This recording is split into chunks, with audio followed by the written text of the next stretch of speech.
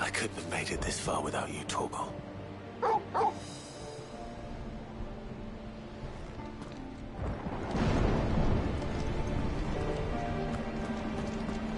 Just let me get me stuff out.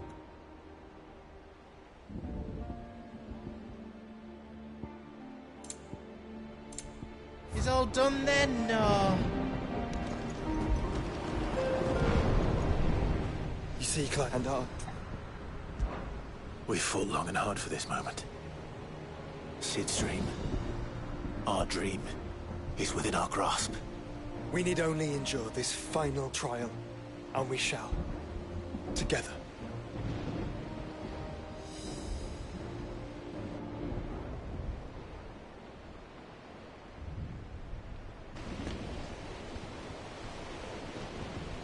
You all know what it is that awaits us beyond this gate.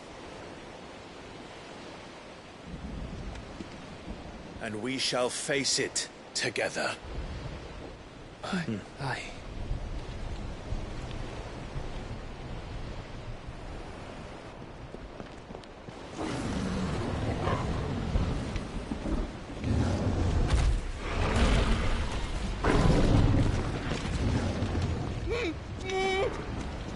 It seems our hosts would rather we remain.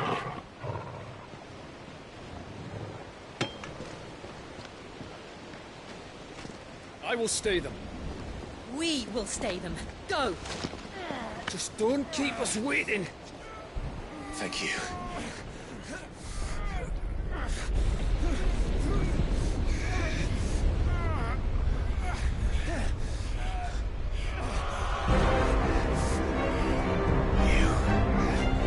Welcome, sons of fire.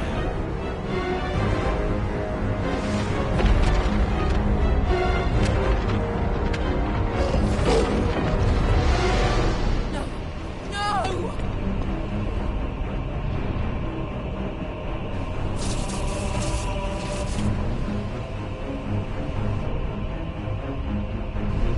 Come back. What?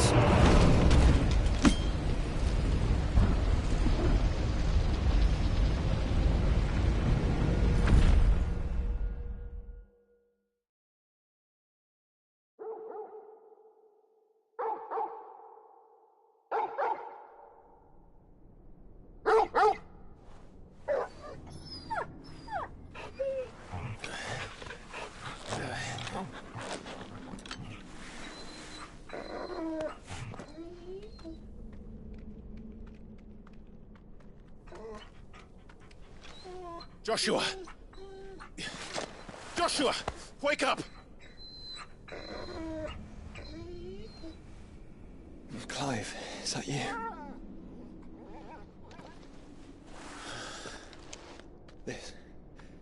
This isn't stone here.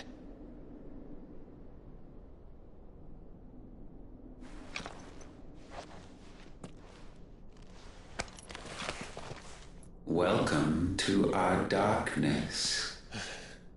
A rift between worlds wherein your kind might reflect. Show yourself! Grave and many are the sins of man. And we would have you know them, all of them. As fate has seen fit to deliver you home, consider this our welcoming gift.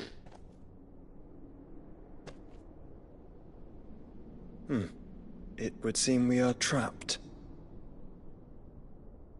And the only way out is through Ultima.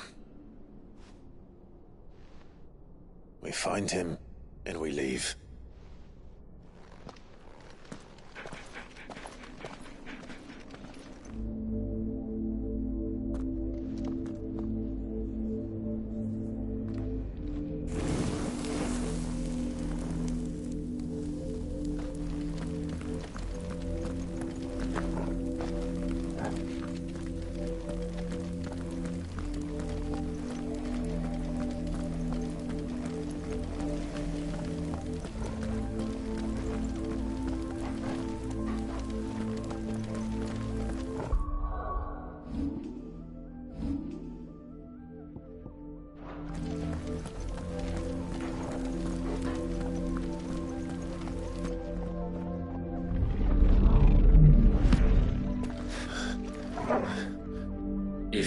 to comprehend the full extent of your transgressions, we must go back to the beginning. When the world was still young, we visited upon it a miracle, magic, and in its light did all life flourish.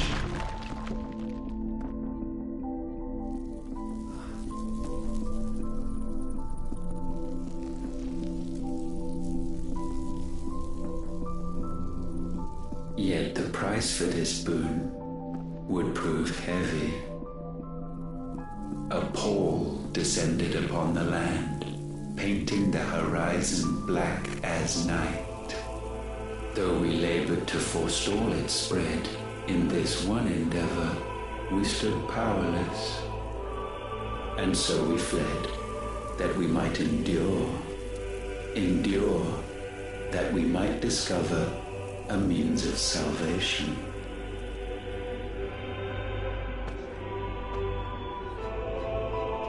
But if it was magic that caused the blight, what of the mother crystals?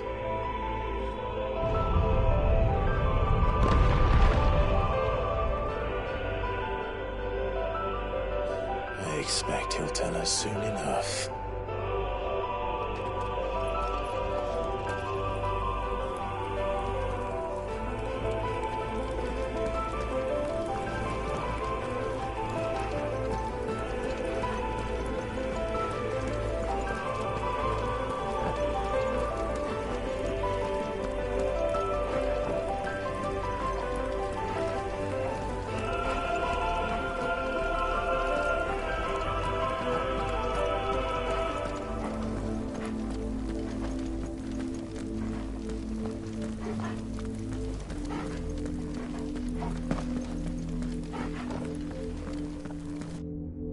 Salvation, alas, was not readily to be had.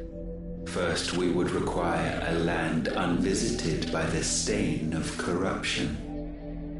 An unprecedented journey lay before us, one beyond the limits of our fleshly bodies, and so we cast them off.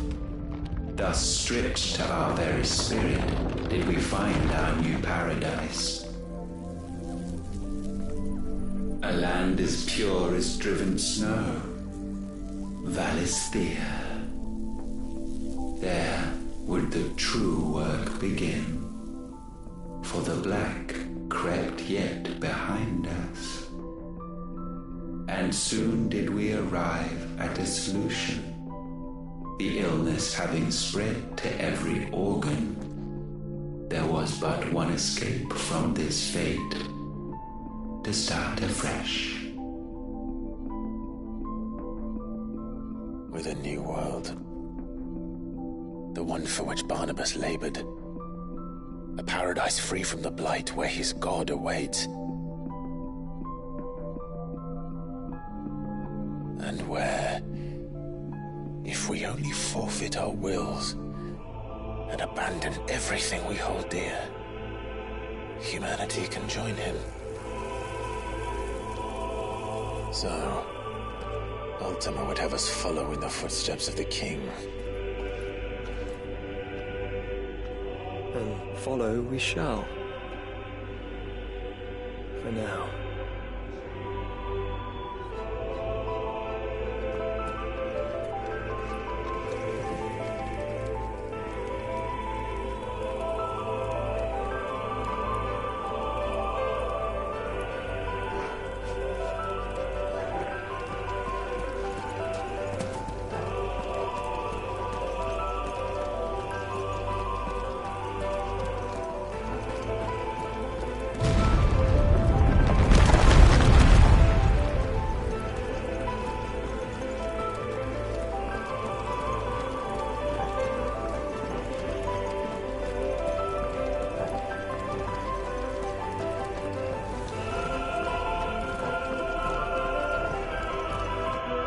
To forge a new world would require not only power, but a constitution strong enough to wield it. Acquiring the first would be simple. Untouched by the blight, Valisthea was replete with ether, and we had only to place jewels in her crown to claim it. Acquiring the second, however, demanded creativity. And so I cast forth the seeds of humanity. You created us. Is that not what gods do? We sowed the seeds for you, Muthos, all that you might one day blossom. And our future thus secured, we thought to slumber, though that would prove a grave mistake. For it was as we slept that man committed his greatest sin. He awoke. Alone in a world bereft of his god's radiance, he stumbled blindly, desperate for guidance. Finding no light, he sought to kindle his own. And from that single errant impulse was his will born. Having discovered himself at last, man turned his eyes inward and found he desired evermore that which only magic might afford. So wars were waged and brothers slain for custody over that dwindling resource, and the land, she wept tears of black.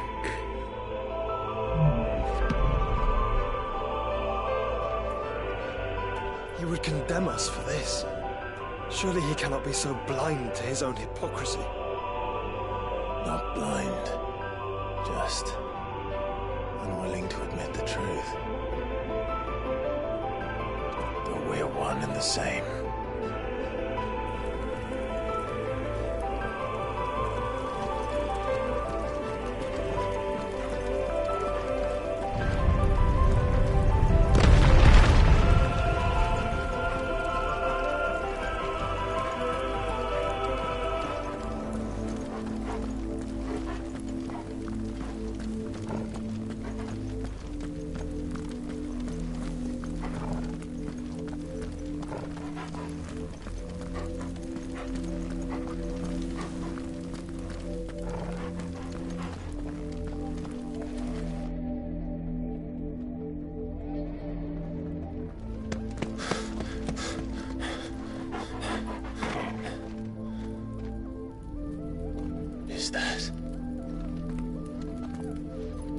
Ifrit, or what's left of him. Long have our ashes lain cold for want of a spark. Cast your eyes upon them and see what you must become.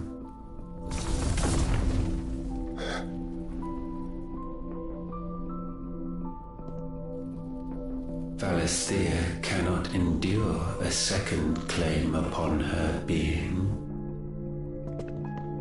The avarice of man drives her ever closer to destruction. But she may yet be saved by you. It is what you were born to do, why we nursed you and fed you, as your own mother should have. And now that you are fully grown, our Muthos, it is time at last for you to serve your purpose. To right your wrongs. If our sin is wanting to survive, then you are as marked by it as we are. The fault is yours. Our wills were born because you abandoned us. And now, you would have us forfeit them. All for a place in your new paradise. Do you imagine yourselves worthy of one? Mankind has no place in our world. Is this truly so difficult to comprehend? We only ever require you, Nuthos, when the time comes to bid this wretched realm farewell. None shall follow, none shall remain. What do you mean, none? This is our world. Once the land's rebirth is complete, humanity will have served its purpose. Why would we continue to suffer that which has caused us so much vexation? Because the land doesn't belong to you. It belongs to us all!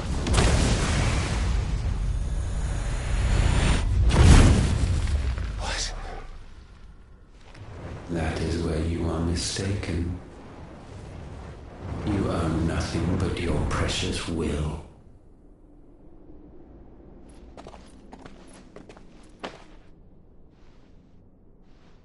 Brother.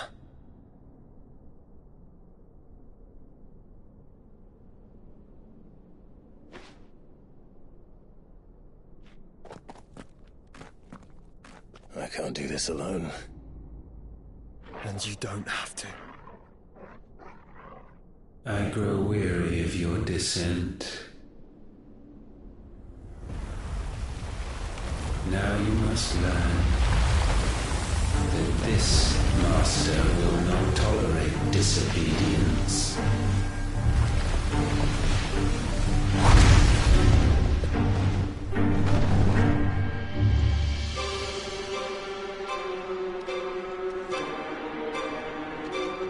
My friends, my family. We have all suffered, all fought to survive. This world may be flawed. It may be broken. But it's all we have. And if we can't share it, I see only one other choice. You have to go. You may have created us, Ultima. But it's time we lived on our own terms. This isn't your world anymore.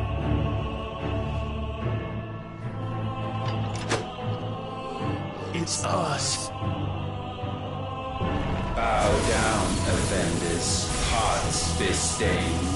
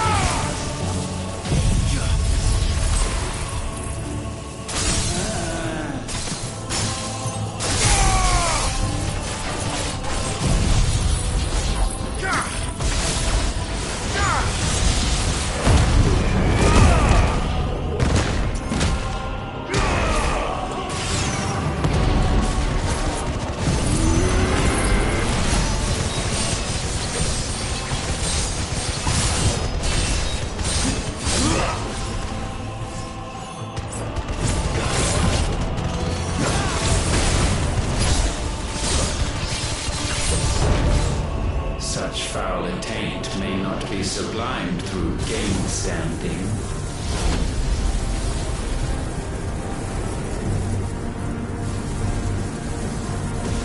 Only with heads hung low is penance paid.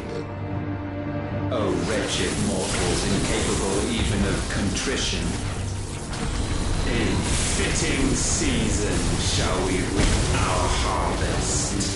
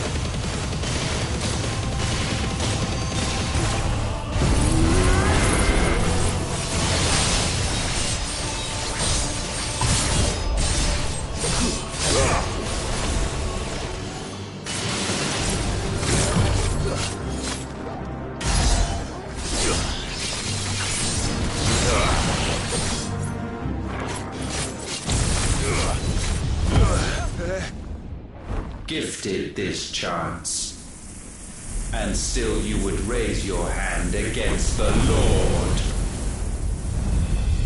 What now? The darkness bends.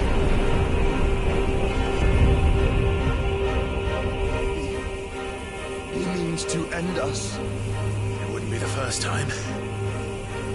But let's make it his last. Your fate is inexorable. Surrender the vessel unto the darkness. Surrender it unto us.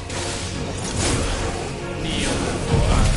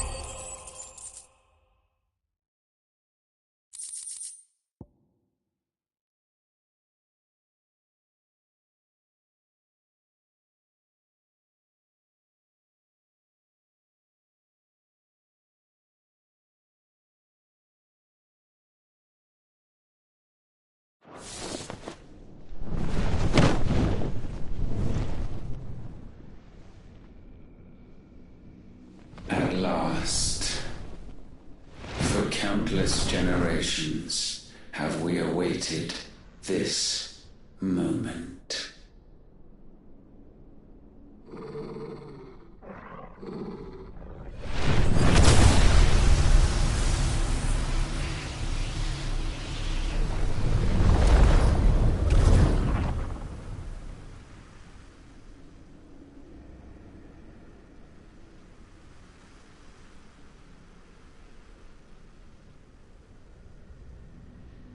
Your struggles have made you strong, yet your soul remains heavy with sin.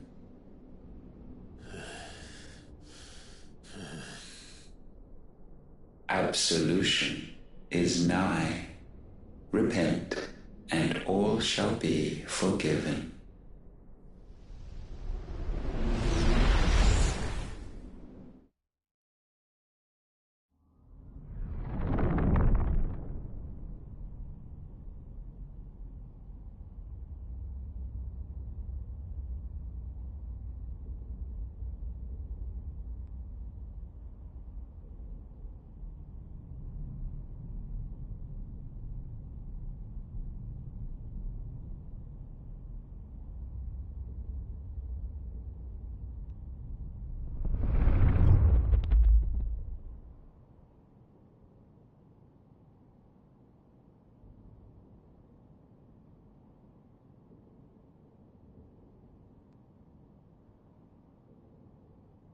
Tell me, Clive, how many lives have you saved since taking my name?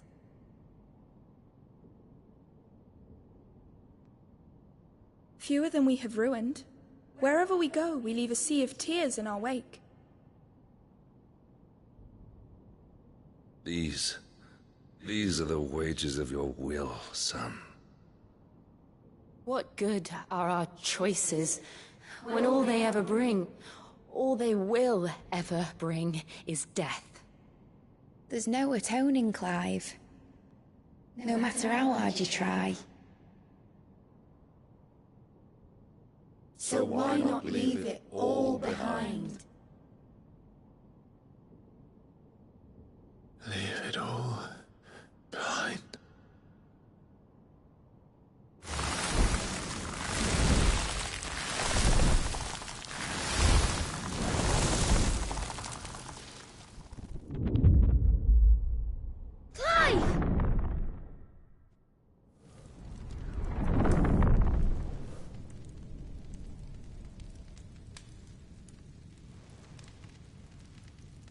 Please, won't somebody save me? Won't anybody love me?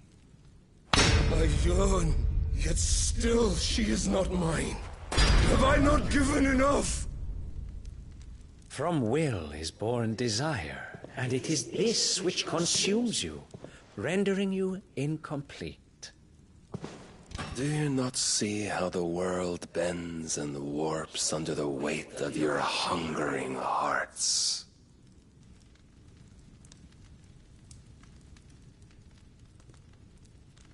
What if it could all just go away?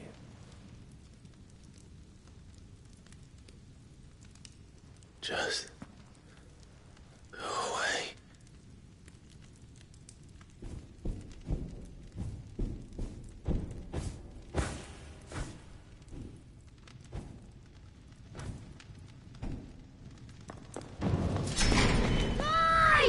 Clive!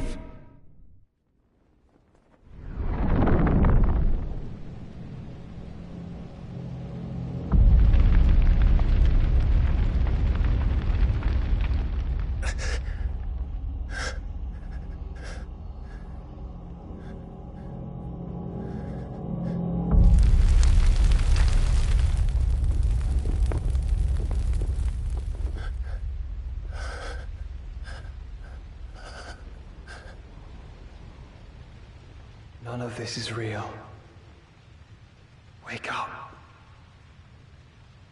It's time to go home, Clive.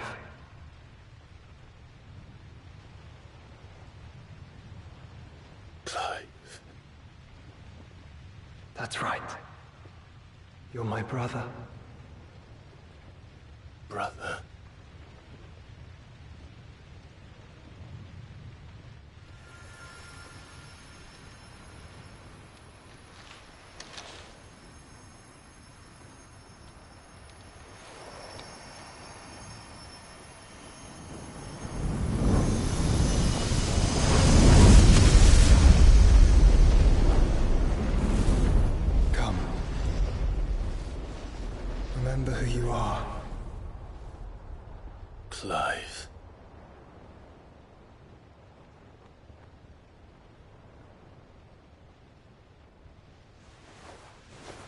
once more, lest you forget.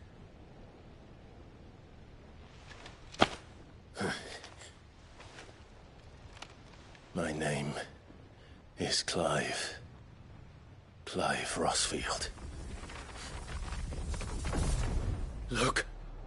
Ultima.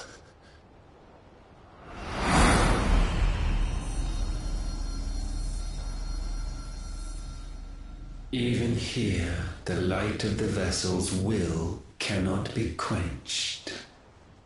And the Phoenix, his trespass should not have been possible. Not possible unless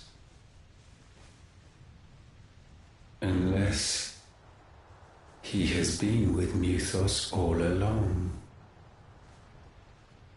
The mark of the Phoenix, emblazoned upon his heart, made manifest by the power of will alone.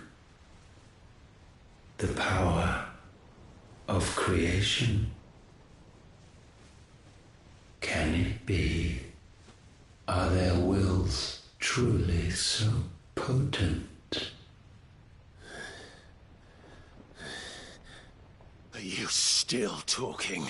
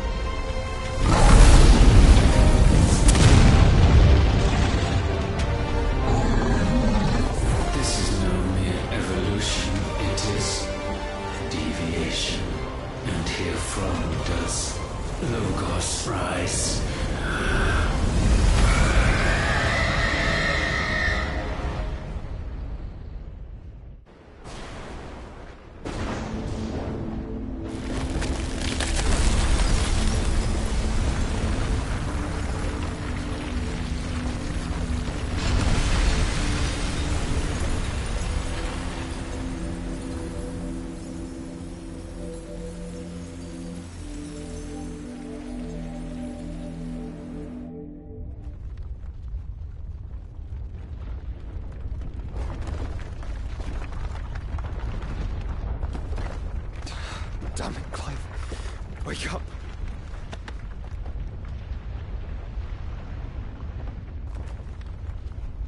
That... Sorry to wake you, but I think it may be time to leave. This place.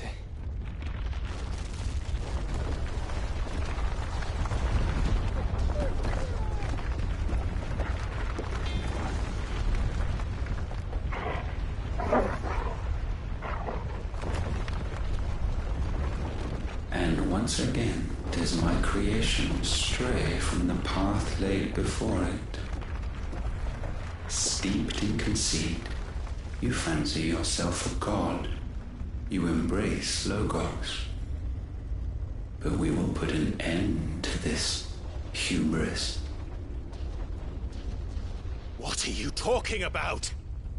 In the halls of origin, does our true power quicken? And there shall you be made complete. Soon, Mythos, soon you will discover how little you know of suffering.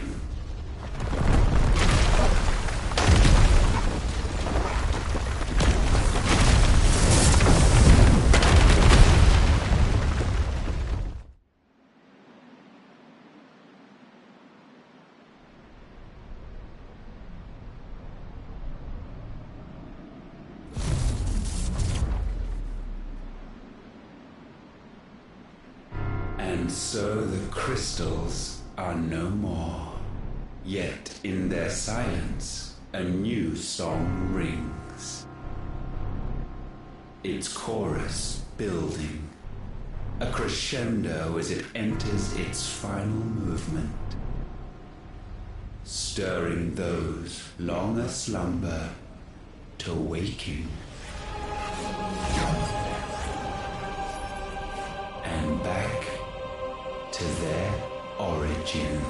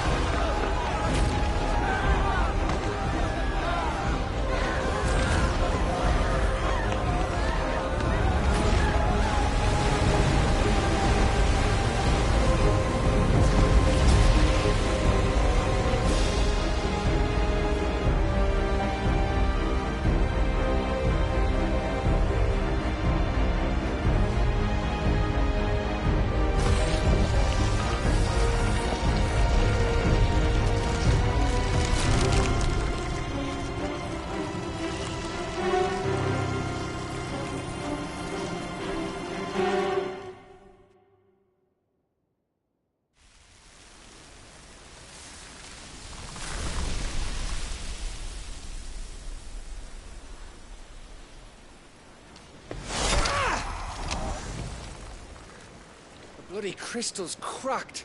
So where the hell are they?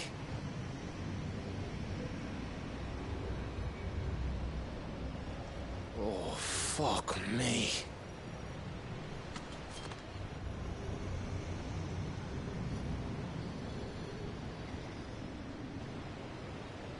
Is that ether?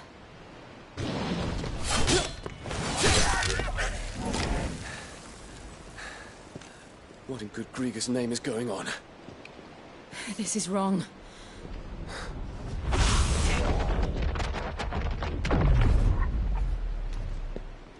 Are we back? Clive! Joshua! Jill!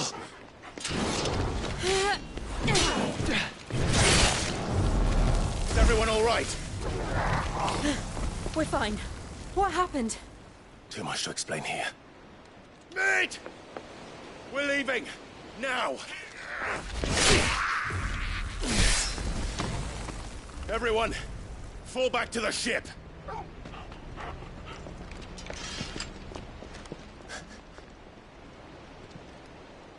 I will be with you anon.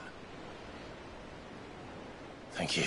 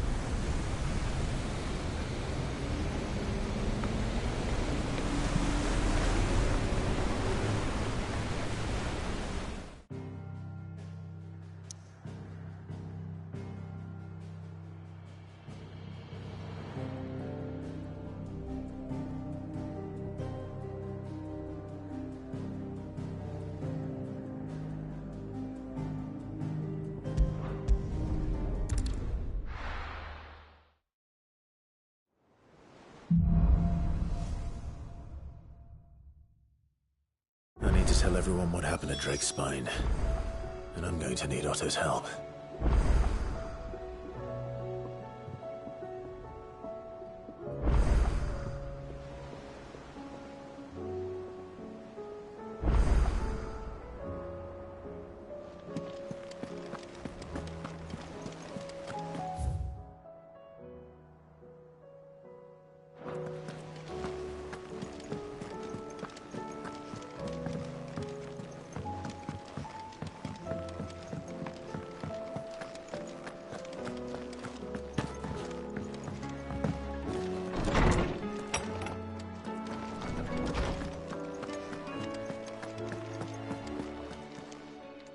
Good morrow to you, my friend. I have a few new notes that might interest you.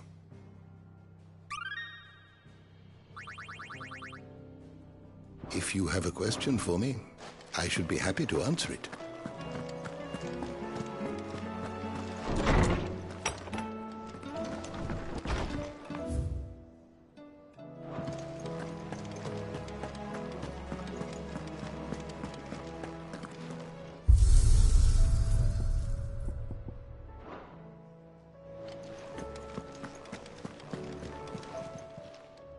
Still alive, are you?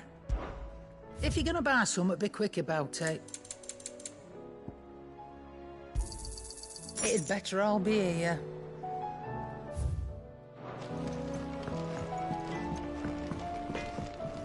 Trouble with your gear, or...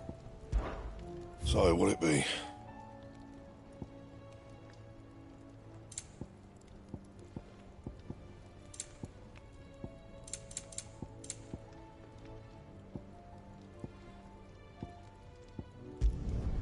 Not bad, if I do say so myself. Should last you a good while. Bring me the materials, and I'll think about it. Yeah. So, what it be? And?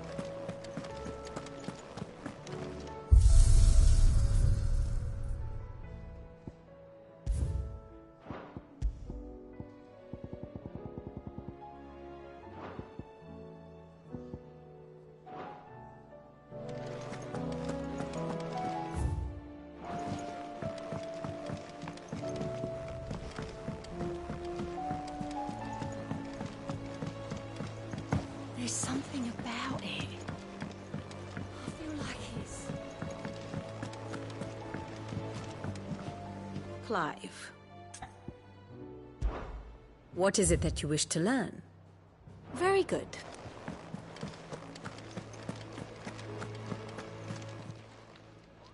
Oh, I wasn't expecting you back. All done? Fancy a look at the list, do you? Anything catch your eye? Always something in there.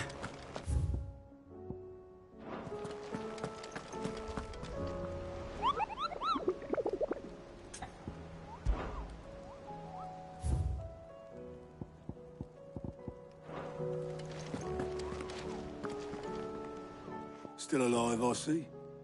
Something to... It's a long story. One that I'd rather only tell once. Right. All hands on deck, then.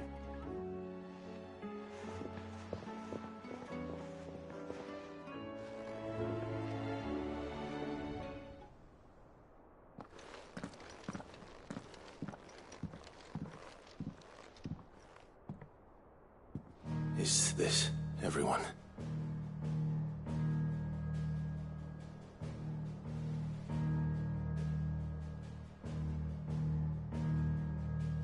As I'm sure you've all guessed, the crystal which now commands the eastern skies was summoned by Ultima. He called it Origin. Though the significance of that name is as yet unclear. What does it matter what it's called?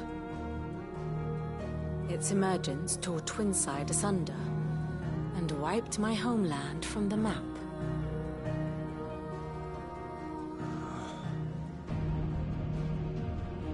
Mention of the Dominion spires can be found in the oldest of Valisthian records. But to the best of my knowledge, none provide any hint as to their true nature. That they would prove the horns of some slumbering demon. Well, the Dominion's demise was at least quick.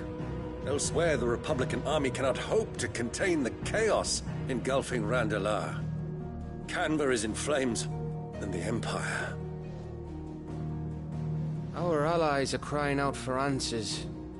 I've sent the Cursebreakers to give them what assurances we can, but right now that amounts to fuck all. They wouldn't be able to stop what the skies have started in any case. People here and across the realm grow sicker with every passing day. Could it be that this new Mother Crystal is like the others? That it draws upon the land's ether? It certainly looked that way from stone here. If that were true, it would explain the hastening spread of the Blight since the crystal's appearance. Would it not? And as the land's ether slowly rises to the surface, it pools, corrupting all who cannot channel its energies. Archay above, ether floods below, and in the middle, here we languish, hopelessly entrapped.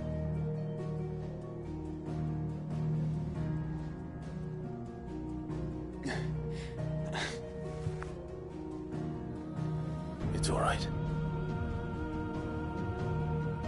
When we faced him at Stone here, Ultima told us his true power quickens in the Halls of Origin. Needless to say, we cannot allow that to continue. If we are to stop him, we will have to find a way into the crystal.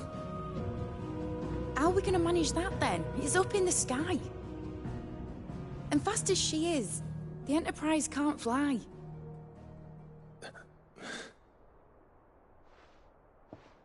It's a lot to take in, and I reckon we'd all benefit from some time to clear our heads. The answer will come to us. Don't you worry. Ain't that right, Clive? Right. That's right. Well, go on then. Bugger off.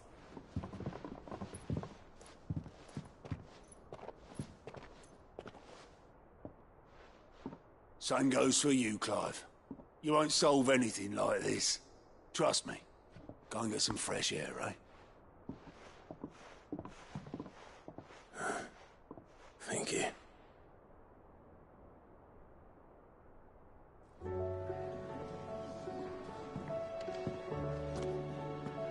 Joshua seemed upset.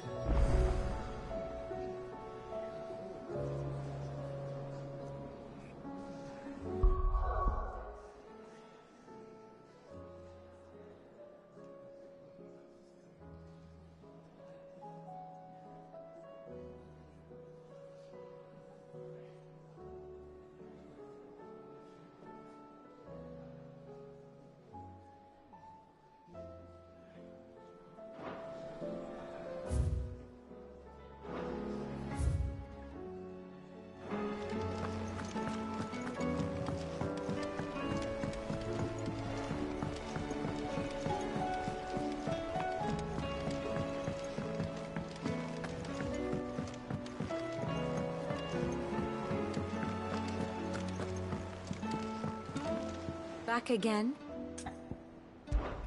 How may I help you today? One must understand one's place in the world.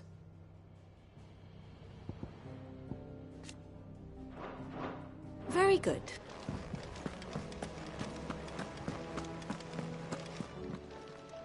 Clive, here you go. Always something in there.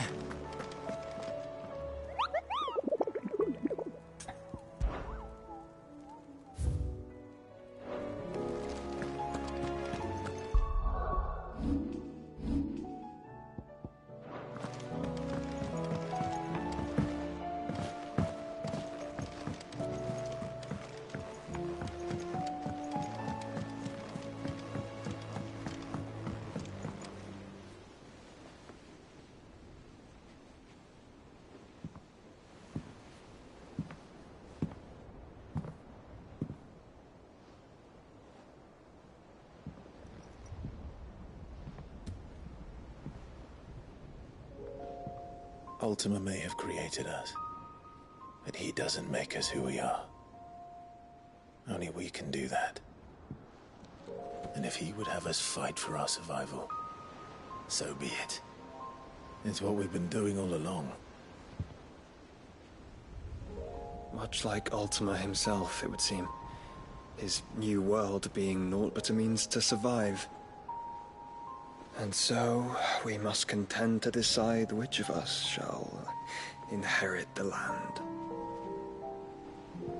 Should Ultima prevail, it will mean death for us all. Of that, we can be certain. But even should he fail, what world awaits us? A withered, godless place, where our newfound freedom will most like prove a chain in itself. Well, that may be. But a chain can always be broken. As long as one has the will to break it, it won't be easy. It may take generations, centuries of suffering. And that is, if everyone plays their part. But it will happen. And when it does, it will be on our terms. That is the world that awaits us. Indeed. And what better world could one wish for?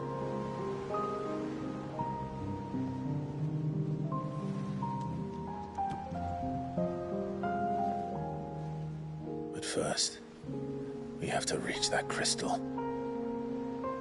Then it's a good thing I have wings. You can barely stand, let alone fly. And only the Founder knows what horrors await in those skies. Are you certain about this? Am I certain? I am the Phoenix. I will do what I must. This is our fight. Remember.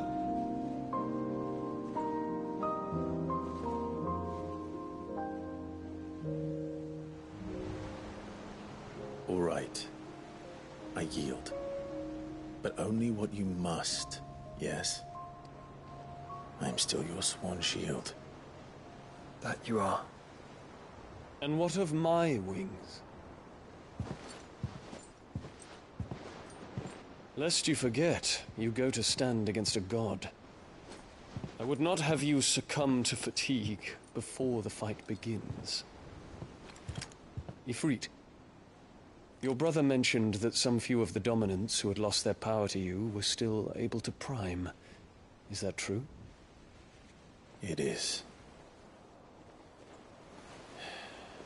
But their icons no longer submitted to their will.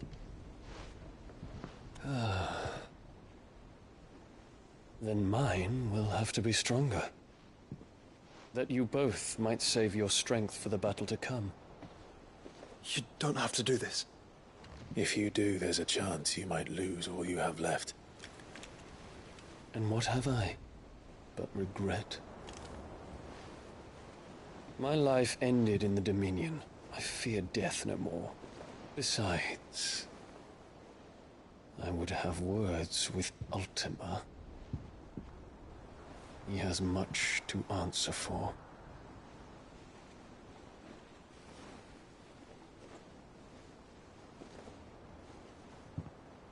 We are in your debt, Dion.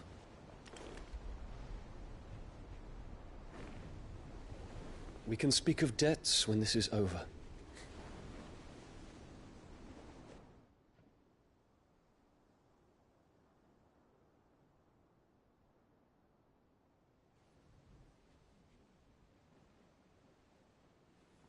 He speaks like a man who knows he's not coming back. And has come to terms with that. That doesn't mean that we have to, does it, Clive? Time to talk to Jill. I only hope she understands.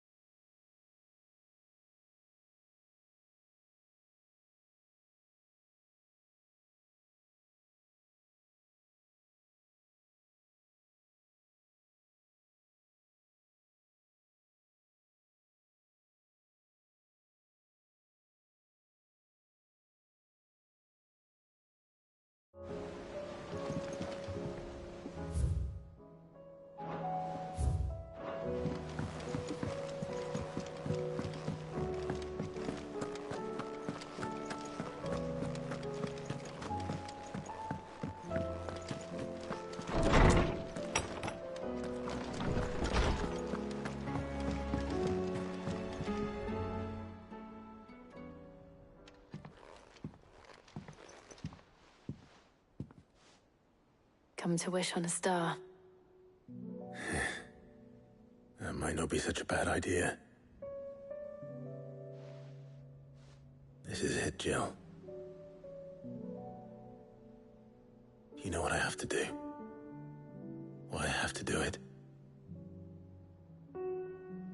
There's no turning back now. This is where our journey was leading us. Where it will end, for better or worse. I could pray to Metia for you. But you'll be all right, won't you, Clive? You always are. I did promise we'd watch the moon together. I'll be waiting.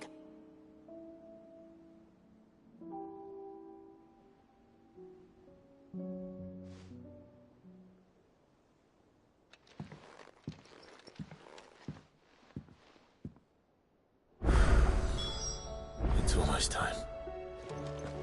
Better make sure I haven't forgotten anything.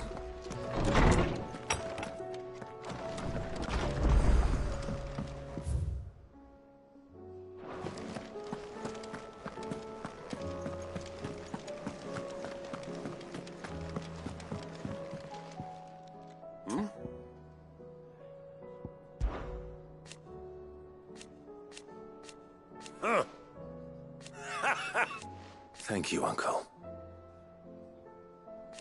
As for down here...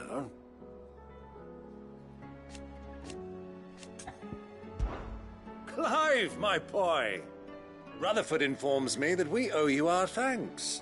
Hadn't intended for you to get involved, but such are the times we live in, huh? I would have done the same for anyone else. You're far too modest, Clive. You'd make a terrible nobleman. But tell me, is the realm truly in as dire a state as Rutherford suggests? From what little I saw, you were right to be worried. I suppose I should have expected the worst. But I was rather hoping the great and good of the realm might have things a little more under control. Alas, it seems that firm leadership is in short supply these days, and without it, the people are bound to lose their way. We must move quickly. But where do we start? True, the challenges that face us are many. But in my estimation, there are two key areas to be addressed before any other. The realm's armies and her larders.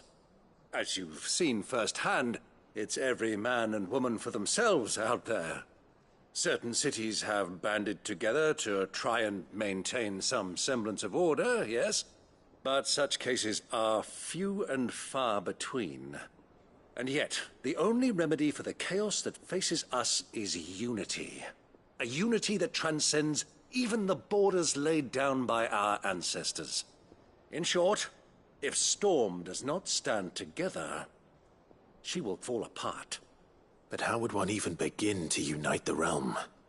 The armies, my boy. As I told you already, we begin by restoring order among the ranks of those sworn to maintain it. Sadly, I doubt I could convince even the lowliest gaggle of privates to dig a latrine together. But I do know someone the High Commanders have been known to listen to on occasion. Field Marshal Eugen Havel. I thought he was retired. He was, until an Akashic army tore through Randalar and killed most of the rank and file. There is no man alive more capable. Literally. And as luck would have it, I've already spoken with him on the matter. Of course you have. And he's agreed to help. On one condition. That he first speaks with you personally. Havel has always been a man of frustratingly rigid principle, and he has certain qualms about clasping arms with, well, with an outlaw. I extolled your many virtues as best I could, of course, but the old goat was adamant that he be allowed to appraise you in person. You don't mind, do you, my boy?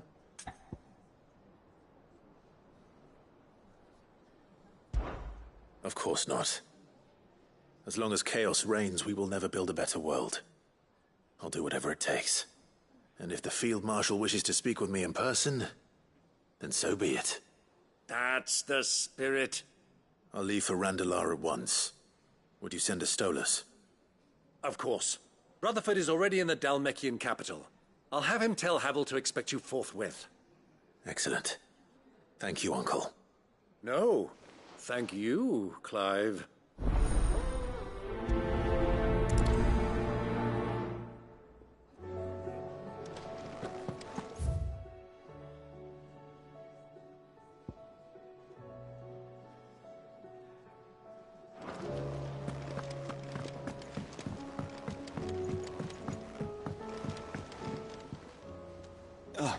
Clive. Joshua, what's wrong? And don't say nothing. It's... not nothing. I've received word from Cyril. The Undying have found Father's will. Or something akin to it. His will? How and where? In the crypt beneath Rosalith Castle. After Kupka was kind enough to drive out the Imperials, the Undying took the opportunity to recover what relics of the Duchy yet remained. And in the process of doing so, they found a letter from Father. I'm surprised anything survived down there. Cyril asked that I join him in Tabor at my convenience. I have been meaning to go, but... would you join me? Of course. I want to know what's in that letter as much as you do. Very well. I am ready to leave when you are.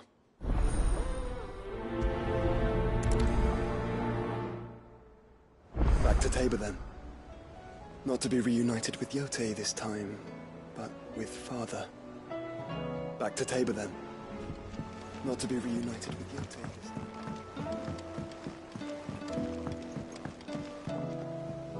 Sid, do you have a moment? By all means.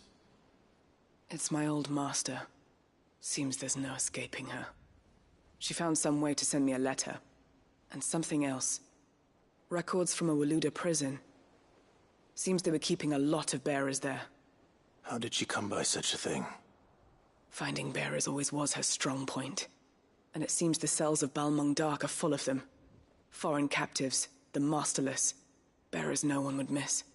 And even better for her. Bearers with no one to look after them. When ether started lapping at the walls, the jailers fled. Leaving the bearers to be liberated by whoever happened to come along next. Sid, I'd like to believe that I've earned your trust by now. And while I'm well aware that you've forbidden Cursebreakers from traveling to Waloed, I can't let those bearers die in their cells. I'd rather risk shipwreck on the Shadow Coast than leave them to starve.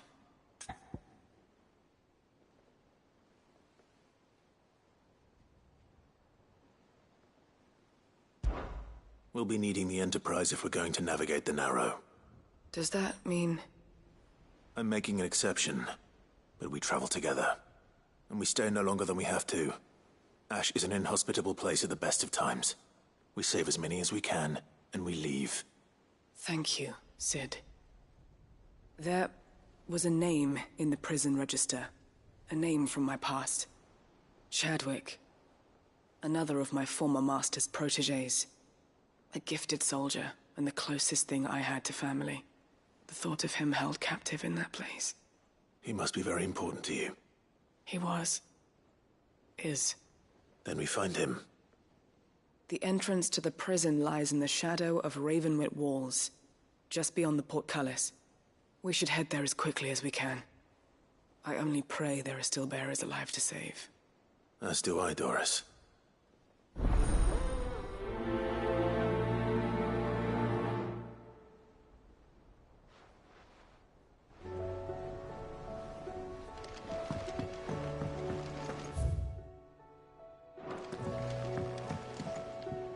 Sid, I was wondering if you could help me. It depends what with. A bearer, but recently freed from his bonds, is keen to join the Cursebreakers. As you know, the work we do is not easy, which is why we test every volunteer's suitability. I was hoping you could oversee this one's evaluation. I don't mind, but why this one?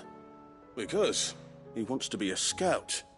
Our ranks are filled with men and women capable of breaking chains and putting slavers to the sword. But scouting?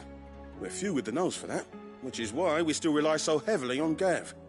And since he accompanies you on so many of your missions, I thought you might be better placed to recognize the traits in him that we should look for in those who'd fill his boots. Sounds reasonable. So you happy to oversee the boys' test, then? One can never have too many scouts. Truer words, Sid. I'll let the initiate know that you'll be attending his trial, and that he is to proceed directly to Northreach in readiness. No time like the present, eh? No time like the present. I'll await you there.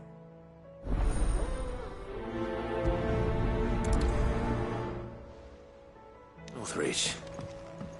I don't suppose they could have chosen somewhere close.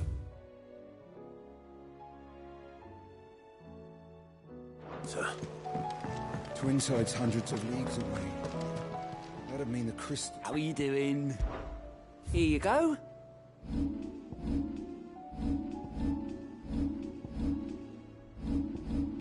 Think you can help?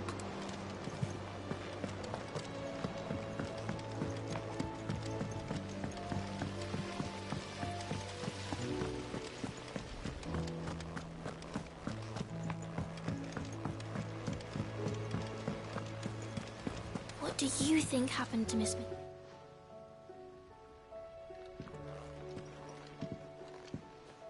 Sid! You have to help us! With what? You didn't take apart another of Mid's contraptions, did you? No. Well, yes. But that's not what we want to talk to you about. It's Miss Mididol. She's been acting strange. Very strange. She's barely ever around. When she is, she acts like we aren't even there. Her head's in a crowd. In the clouds. That's what I said. In the clouds. Well, she does have a lot on her mind. When did you last see her? Not long ago. Right after she got back from saving you from Stoneir. Then it's probably just about the Enterprise. It did take quite a battering on the way there and back. You didn't break it, did you, Sid? You really should be more careful around Miss Mididol's inventions. Don't listen to her. Even if you did break the Enterprise, you could put it back together, couldn't you? But who's gonna put Miss Mididol back together? She seems really sad. Why don't I go and see if I can cheer her up? You do that? For us? She's in her dungeon. Don't scare him. It's not a real dungeon. Thanks for the warning.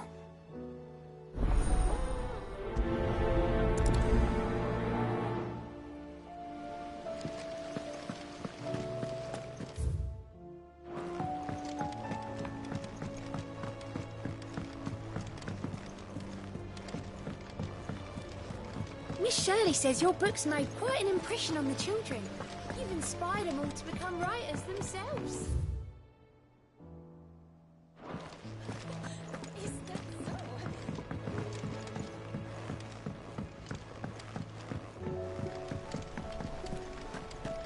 I will not let them be forgotten. Sid, may I have a moment? Of course. It is an honor to finally speak with you. My name is Herman. I've been with the Cursebreakers for some time now, and I wish to be deployed to Ash. Any assignment will do. No. The lands across the Narrow are too dangerous. I will not send good men and women to risk their lives needlessly. Why would you want to go back? I need to retrieve something. Something important. I was raised in an orphanage. The Badbach Conservatory. Or rather, I was held captive there. It was not a place of nurture. It existed solely to turn bearer children into mindless weapons. We were tortured until we feared no pain. Tormented until our hearts turned to stone. And few ever survived long enough to become tools of the last king. I can't imagine. I lost so many. I can't even remember all their names. But they must be remembered. They cannot fade away, faceless and forgotten. The Institute was run with military precision. Every child measured, every name recorded, every death logged with meticulous care. Cid, allow me to travel to Ash and recover the registry so that my brothers and sisters might live on.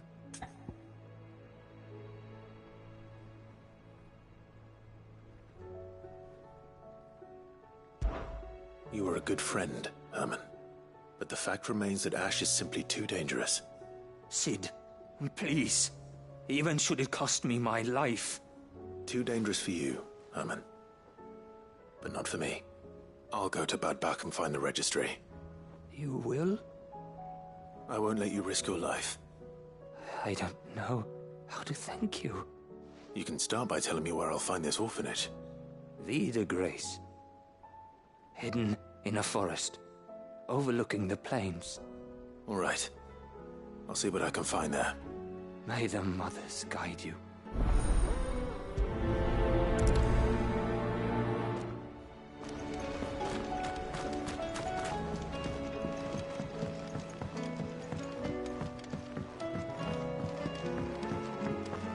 Has Midadol mentioned a new project yet? Not exactly. He's preoccupied. Nid, if you have a... That's it! I knew it! The answer was right here under my arse all along! If this doesn't steer to the skies, nothing will! To the skies? You aren't trying to give the Enterprise wings, are you? What else would I be doing? The children seem to think you're avoiding them. They're worried about you. Is this really so important that you need to shut yourself away from everyone? The Enterprise is already the fastest ship in the realm, and that's with the sea beneath her. But what if she weren't bound to the waves? What if she weren't bound to anything at all? It's not fair. The gods get the skies all to themselves, so I'm gonna do something about it. The Fallen had their chance, but they relied too much on magic. And see where that got them? But not me. I've discovered how to do it without. Well, almost. First, I need to make a prototype. And is that a one-woman job? Are you volunteering? I'll have you know the Enterprise is my baby. But if a godfather's offering to lend a hand, I'd be happy to take it. First, I'll need oil, and not just some old drippings from Miss Molly's spits in the Tub and Crown. Refined stuff, like they make in Ordil. Then I'll need some bone, or shell. Light, strong, preferably no longer attached to the beast it belongs to. If it's beast bones you're after, I'm sure the curse breakers will know where you might find some. No, they'll know where you might find some. You're the one who offered to help, remember? I should speak with one of the curse breakers before I set off for Old Hill. See if I can't find this bone while I'm there as well.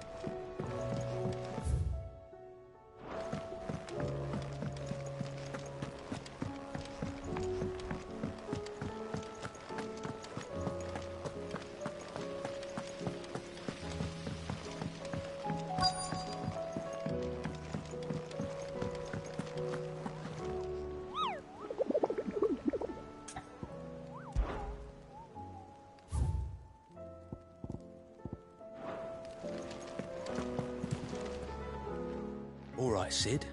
Come to buy us around, have you? Only if you earn it. Mid needs a piece of light but durable bone for her next project. You've encountered your share of beasts on your travels across the realm. Any ideas? Most bones are the same. Whack 'em hard enough and they'll break. If it's durability you're looking for, shell will serve you better. You know what an adamantus is? I do. And I know to give them a wide berth. Will any old adamantus do? Well, with shells, the older the harder. There's a rumour of an ancient adamantus down in Karava, near Old Bidza. Or what's left of the village anyway. But don't expect to make quick work of the bastard. There's a reason it's lived as long as it has. I'll keep that in mind. Thank you.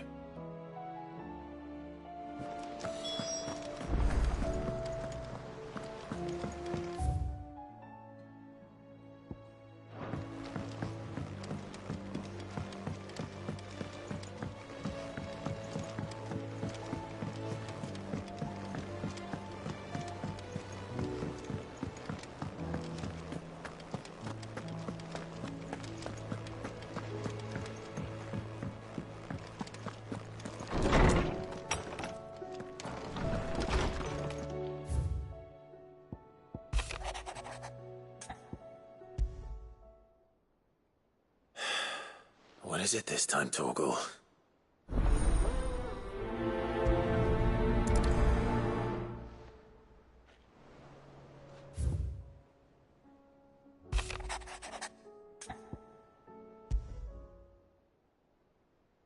Something tells me this is no mere adventure story.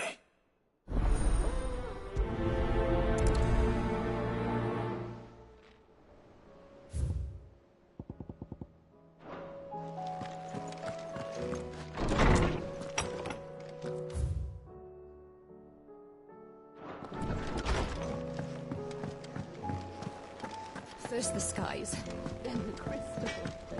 What next? Say what you will. Lady Karen has seen herself.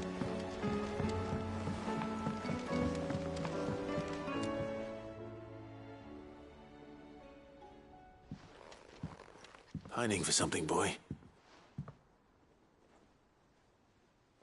What is it? What do you see out there?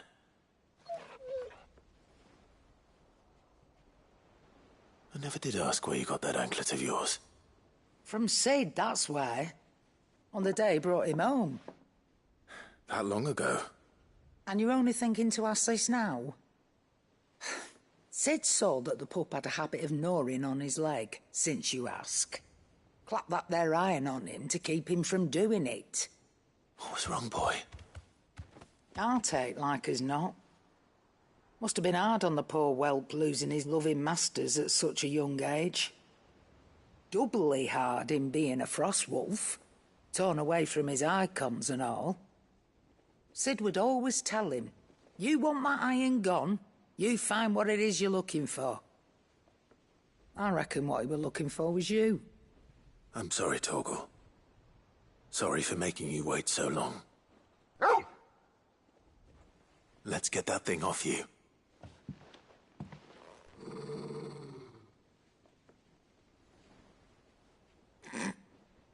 Doesn't sound like he wants it off. Indeed. You miss Sid as much as the rest of us, don't you?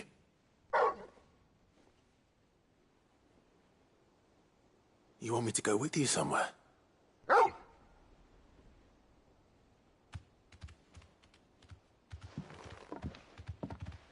Quick, aren't you? Glad you've been paying attention. Not nearly as much as you have, Lady Karen. Aye, good thing and all. It's not like Gav would have kept him in nuts and rubbed his belly these past 10 summers. Your kindness is appreciated. You've been a good friend to him. Only because he doesn't talk back like the rest of you. Go on now.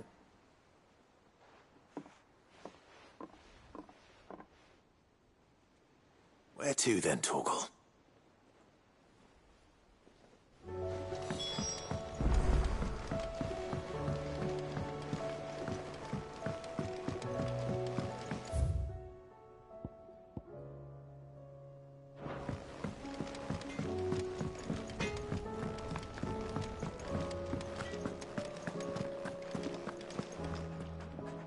All right, Torgal. Where are you taking me? I'm going to need a little bit more than that, boy. Do you have a better hint for me? Unless... you've already given me one. Back on the rear deck, you were looking west, toward Rosaria.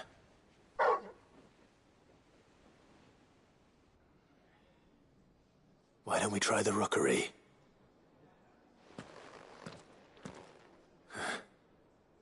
I haven't been to the island in almost 20 years.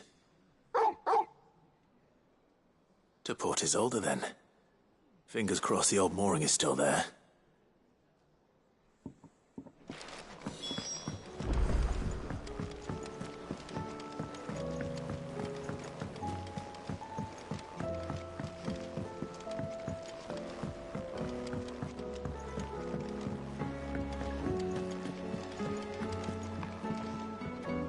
Vivian, I read your note, and I'd be happy to help you find the book you're looking for. Thank you, Clive. But tracking it down will not be easy. Are you sure? Please. You have always granted me your wisdom and insight whenever I asked. It's only right that I return the favor. Or at least attempt to. You are too kind. Alas, what I ask of you is rather more trying than delivering the odd lecture.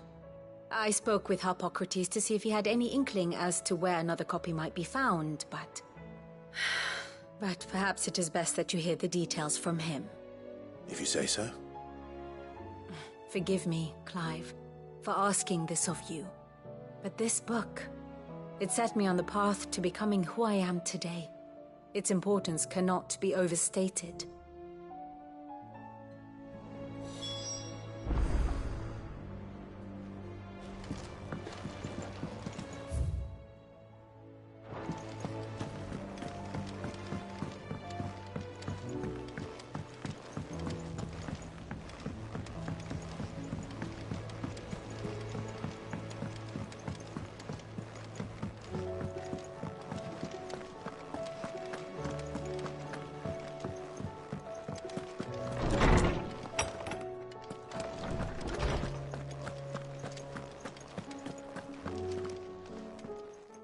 Clive, my boy.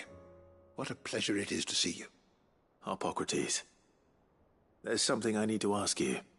I've been charged with locating a book called From a Distance. Then you seek a rare gem indeed. One whose name I had not thought to hear from your lips. You've been talking to Vivian. Right as always. But she didn't seem keen to tell me very much. I take it she didn't like what you had to say. And yet I gather it did naught to dissuade her. Clive, if the young professor has tasked you with obtaining a copy, I fear she asks the impossible. The executors would not allow it. The executors? Coveters of Secrets.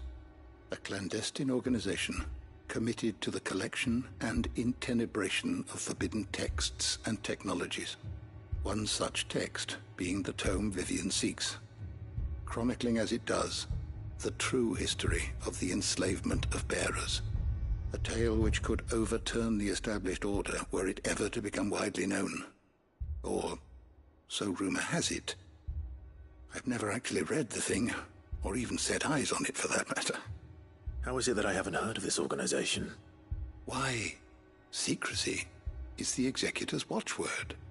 They lurk in the shadows, emerging only to seize that which must be seized, be it books, inventions, or people, before disappearing again, leaving nary a trace. Which would explain why Vivian's copy was snatched from her grasp not long after she found it. By the hand of the executors, yes. But what drives them? Self-interest or ideology? Fine question.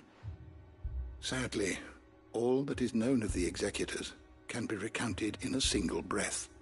You may just as soon ask me of their origins, numbers, or the identities of their leaders. Any answer I give would be pure speculation. Then my hunt was doomed from the first. What was Vivian expecting? That I'd pluck it from thin air? Not from thin air, no. From ash. Rumors of the executors are rife among the scholars of Storm, but rather less so across the strait. I have a friend. Well, I had a friend in the village of Garnick, a collector of rare tomes, upon which subject we would oft correspond. Alas, I have heard naught from him since the skies fell dark. And no doubt he, too, has turned.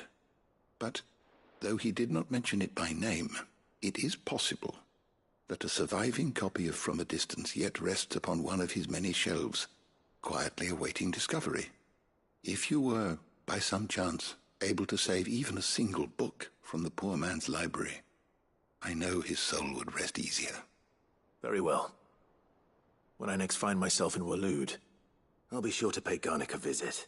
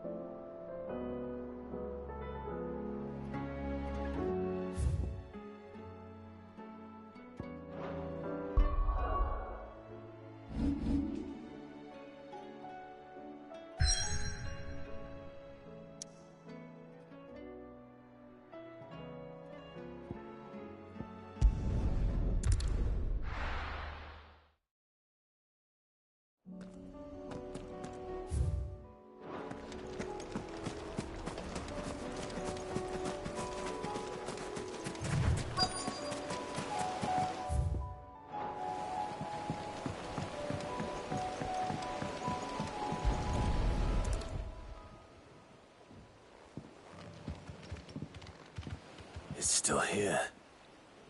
After all these years. A lot smaller than I remember. And you're a lot bigger. You might have to swim, boy.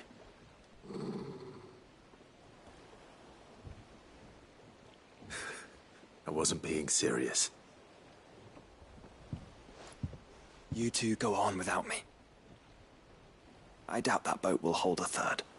If you're sure, we won't be long. Hop in, boy.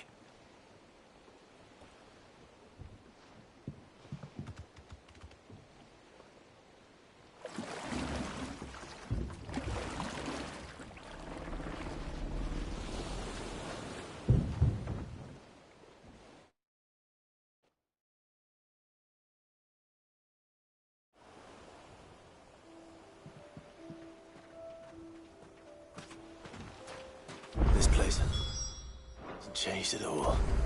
The rookery's right through those trees. Come on. Race you there? I bet I could still beat you.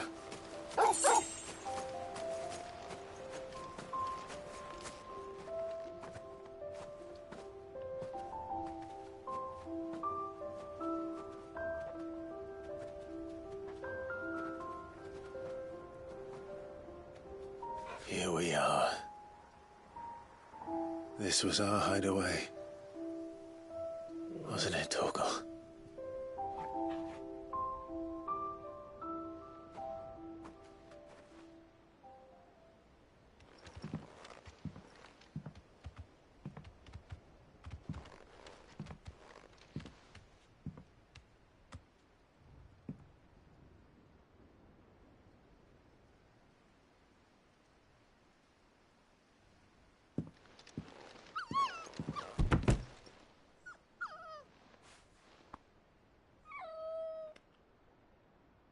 Coming here helped me to forget who I was. Or wasn't. Prince, shield. Son his mother could love. Had I been any one of those things? Perhaps.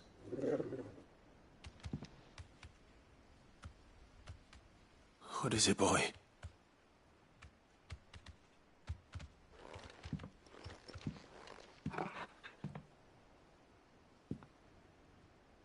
This is all from the castle. And Phoenix Gate. Did you bring these here?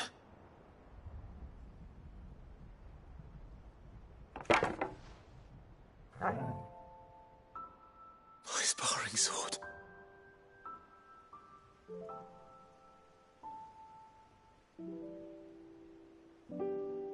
Well, well.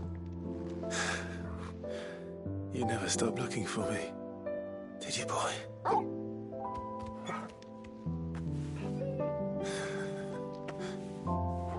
Thank you, Torgal. For never giving up.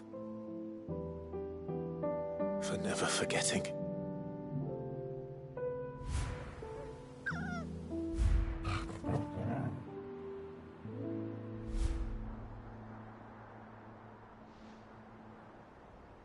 Let's take this with us, shall we?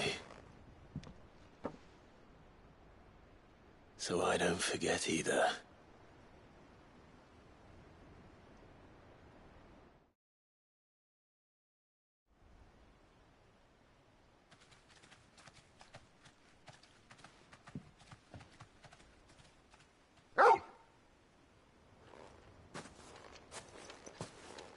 That's not the way back to the boat, Torgal. All right. I'm coming. I think I know where we're going.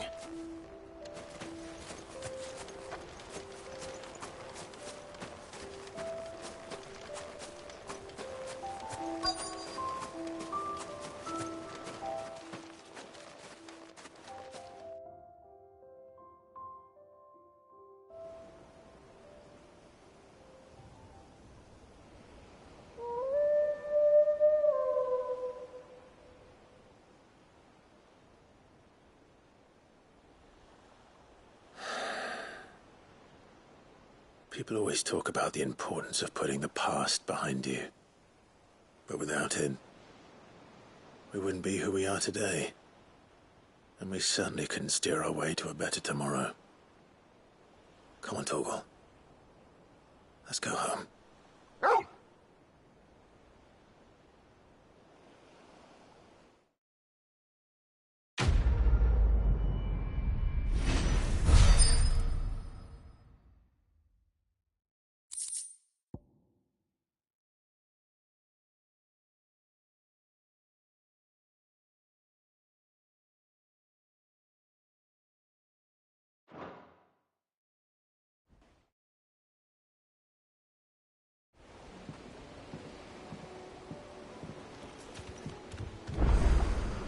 Sorry for the wait.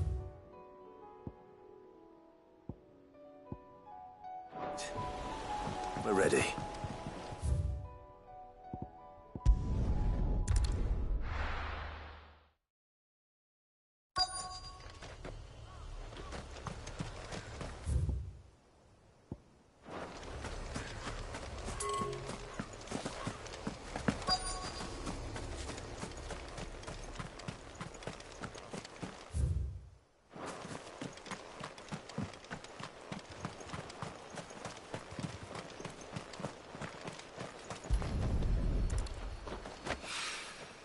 It's oil.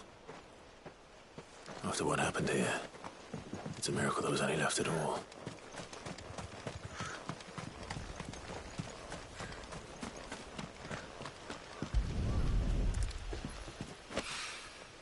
This should be enough.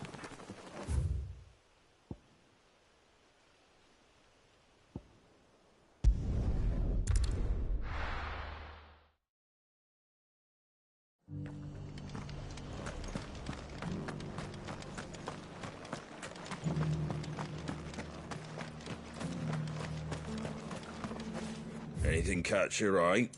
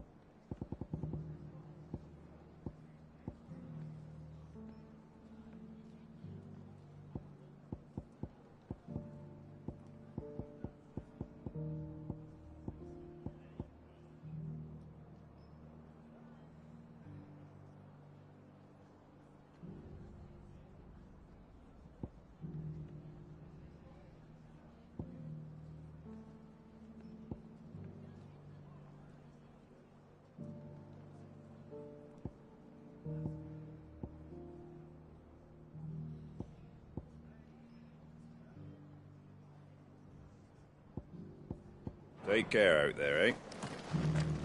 Just because the heavens have gone to wreck.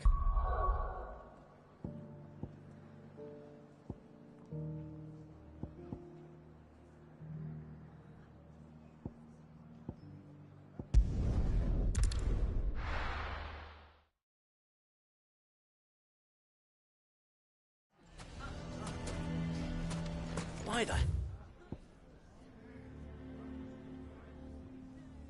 hell would Victor take the bearer's side?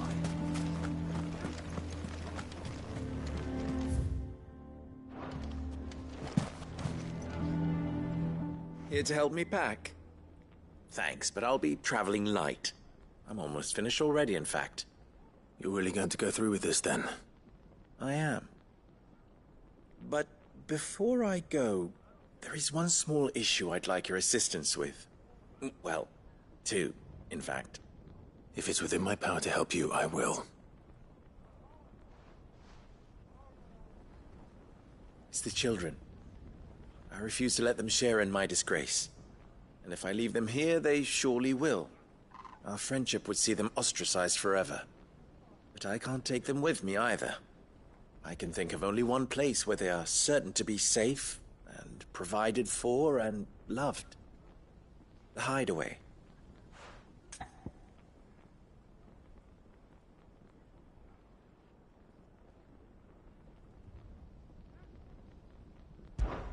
Of course. The children would be more than welcome. Thank you, Clive. I will not forget this. Lubor, are you still here? What is it, Ferda? You look pale. There's been a flood in the Velcroy, a damn big one. The League of Outlaws encampment was completely submerged in ether. What? Every last one of the bastards has turned. And they're headed this way. Bandits are one thing, but Akashic bandits are quite another. The town guard won't stand a chance against them. We need to evacuate. There's no time to lose. Ferda, gather the men. The Akashic may strike at any moment. We must make ready to cover the townspeople's escape. Well, what are you waiting for? Yes, my lord. Clive, change of plan. The children stay with me for now. I need you to find Conrad and Natalie. Tell them to prepare for a full and immediate evacuation. Understood. I'll do what I can to convince everyone else. Wish me luck.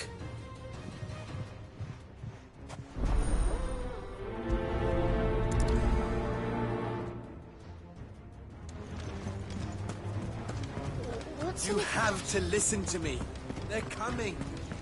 Why do they always have to make such a fuss outside?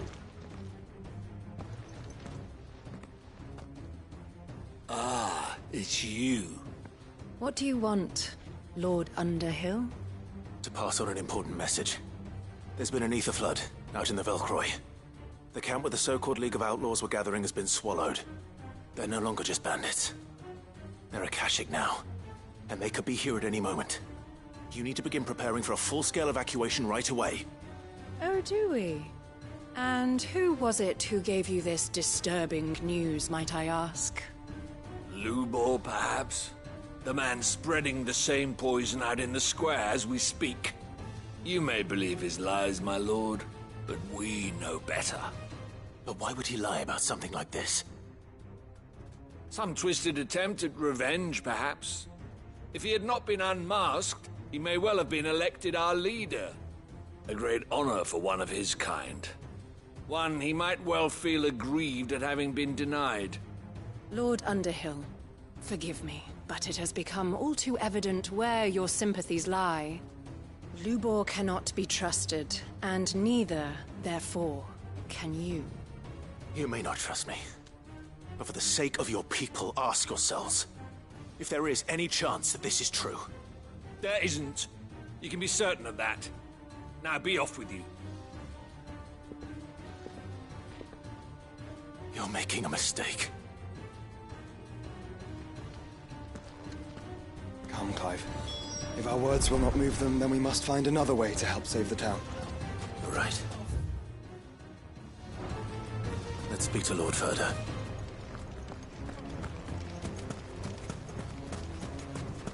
I think we'd better shut up. What's Lubor raving about now?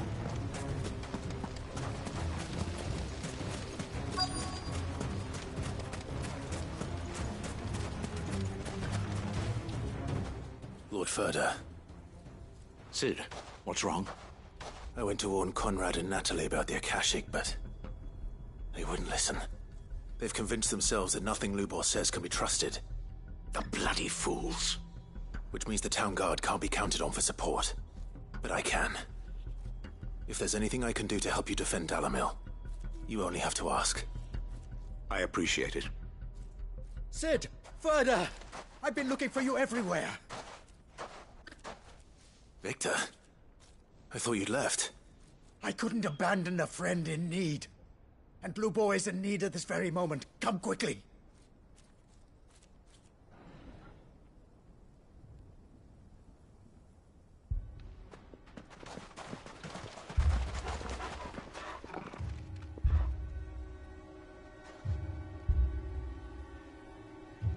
have to believe me. The Akashic are coming. They don't eat, they don't sleep, they don't tire, and they don't care who they kill. They're unlike anything that's come before. There will be no parley, no mercy granted. We may have saved the town once, but this is different. I do not ask that you forgive me, but please believe me. If you do not run, you will die. You will all fucking die!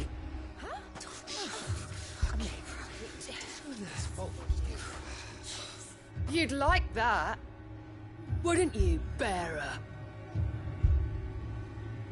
Yeah, with us out of the way, your kind will be free to claim Dalamil for yourselves. You should run!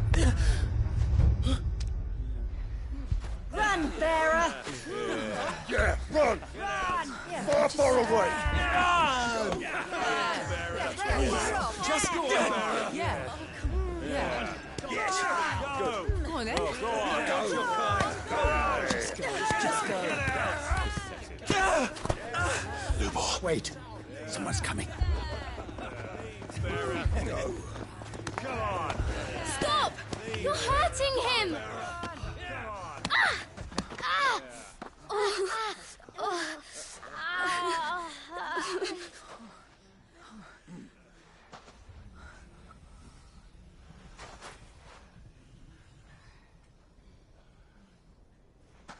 What did Lubor ever do to you?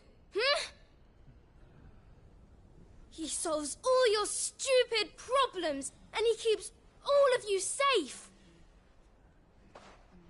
You know there's nothing he wouldn't do for this town. Who was it who made that cleaver you use every day, Conrad? And what about your counting table, Natalie? Who fixed that? Whose men make sure the streets are clean so all your boots don't get dirty? Who spends all day, every day making sure things run smoothly around here? And none of you ever say thank you. Ever. But did Lubor ever complain? Well, does he ever stop smiling?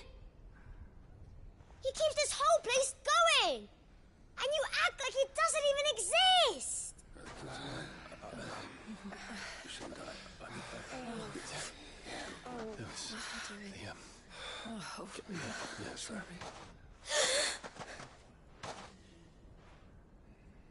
Lubor, we've heard enough. Wait! We will not run.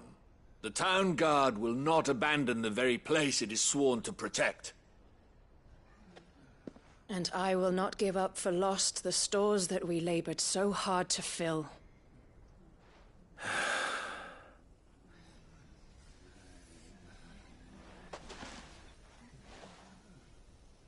So tell us, how do you propose we deal with these Akashic of yours?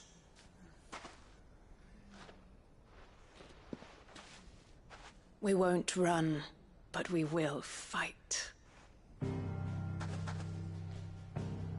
All right, then.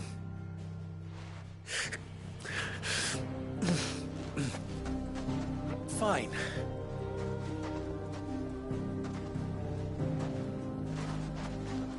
Gather round if you don't want to die.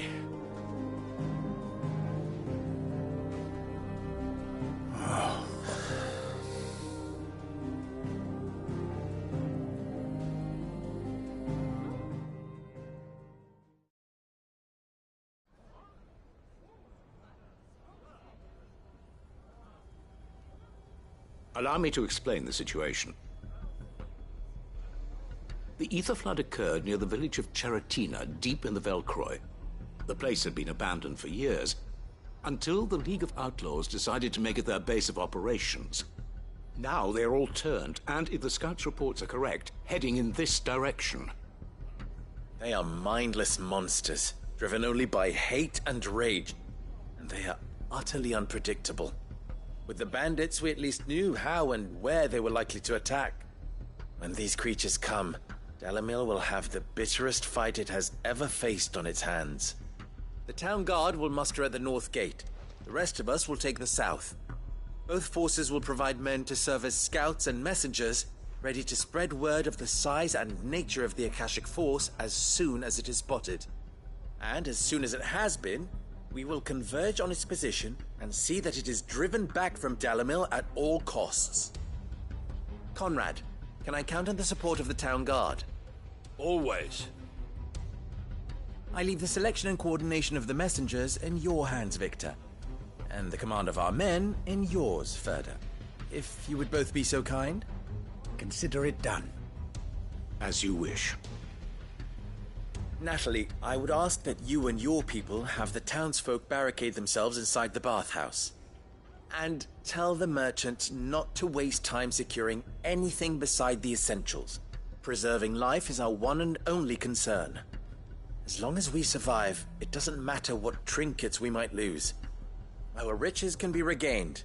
And if anyone doubts that, let it be known that the Briar's Kiss stands ready to cover any losses. Very well. I shall tell them. Where do I fit into this plan? Where else but the most perilous place of all? I would like you to travel to the home of our erstwhile League of Outlaws, Cheratina itself. The main host is most likely still there, and Dalamil will not be safe until it is eradicated root and branch. A little gardening. How pleasant. I doubt it. I have a feeling these weeds will be particularly stubborn. Luckily, so am I. So you are. All right then, we all know what we have to do. Now it's simply a matter of doing it. For Dalamil.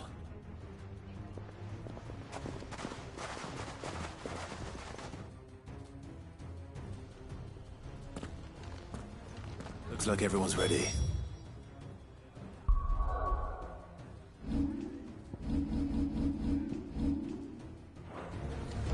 I'd better not keep them waiting.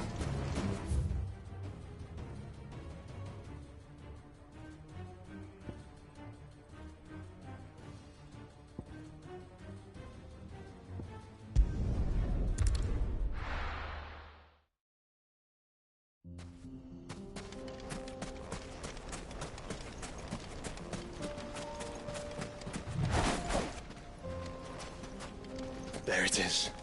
The flood. But what's waiting for us inside?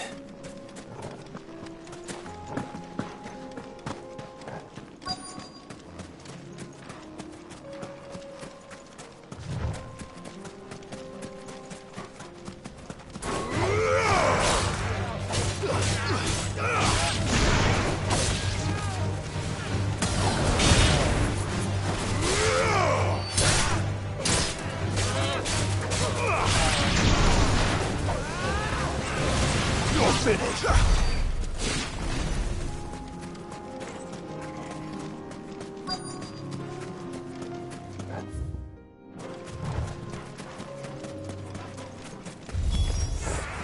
can't leave a single one alive.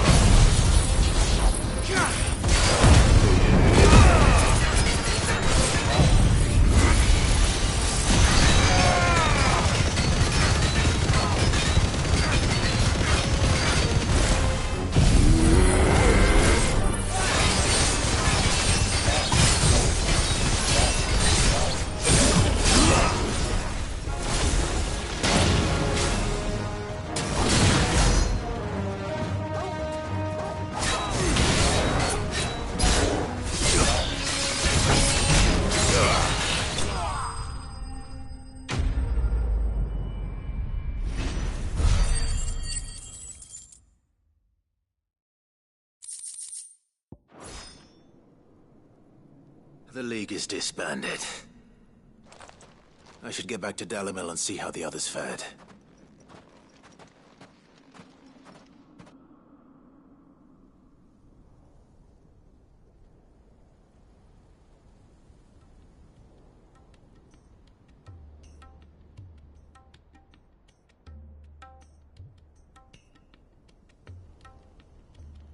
All the Akashic we were able to find have been dealt with. Seems that might be the last of them. Last of them here, perhaps. Lubor, Sir Clive has returned. Clive! What news from Charatina? It's done. Root and branch. I knew you wouldn't let me down. Thank you, my lord. Friends, the Horde has been driven back. The Akashic have been defeated.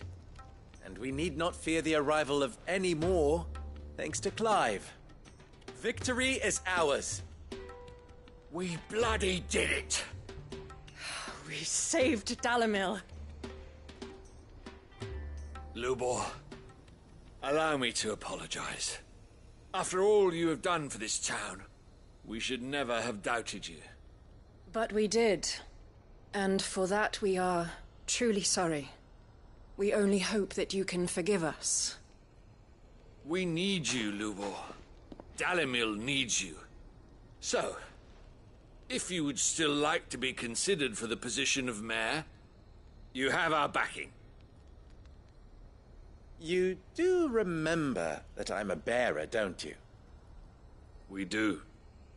But that is not a stain on your character. It is a stain on ours. We thought only of what we perceived bearers to be, not what you truly are. The man who saved Dalimil twice over. I see. But I will only accept your proposal on 2 conditions. Name them. Firstly, that you will both do everything in your power to rally your people to my cause. If the Town Guard and the Merchants League do not accept my leadership, it will be doomed from the start. Unity is the key to defending Dalimil, and I do not doubt that we shall need to call on our combined strength again. When that time comes, I will expect us all to pull together, just as we did today. Of course. You have our word. And secondly, you will accept that if I am to lead you, the mistreatment of bearers must end here in Dalimil.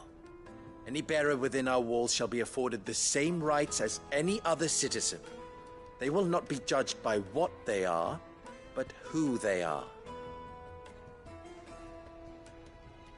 As we failed to do, and came so close to losing everything. We agree to your conditions. And we have only one in return. That you continue to work for the good of Dalimil, as you always have. Condition accepted. Well then, it seems my mayorship is all but confirmed.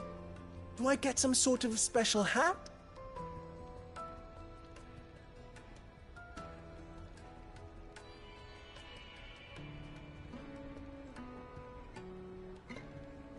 How fickle fate can be. Not so long ago, I had resigned myself to leaving Dalimil in disgrace. And now, I find myself her leader. Here. For everything.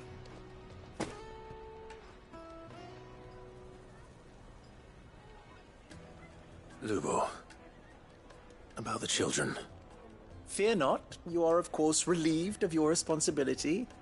I would sooner face another horde of Akashic than see them brought up as outlaws. I'll make sure they're safe here. I don't doubt that you will. And not just the children, but everyone in Dalimil. I'll do my best. Can't have all your hard work going to waste.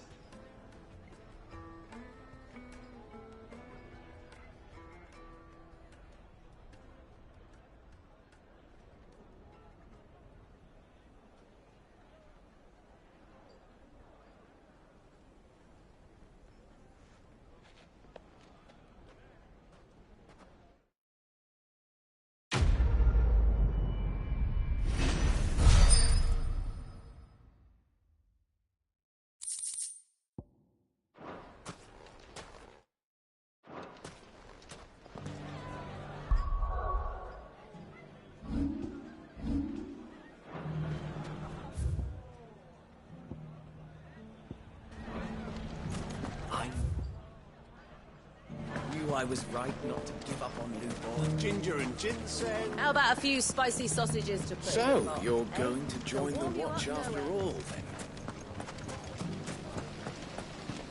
The fellow who used to run this stall took to his heel right after the bang. Are you looking for something in particular? Go with Gilbert.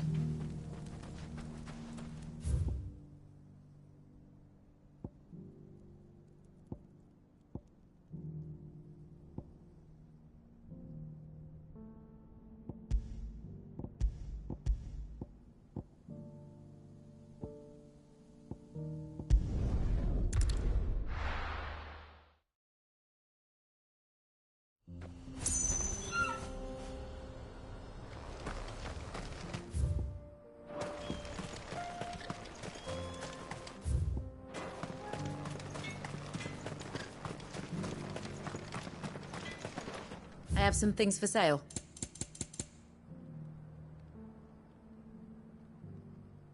May we meet again?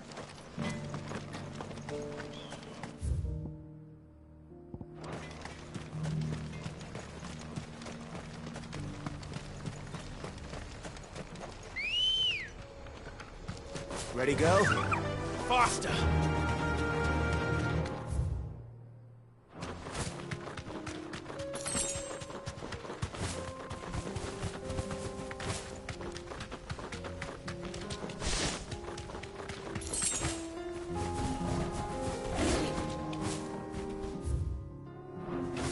Here we are again.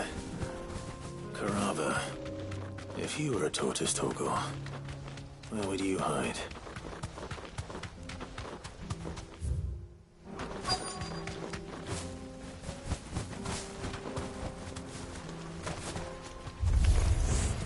It looks like we found him.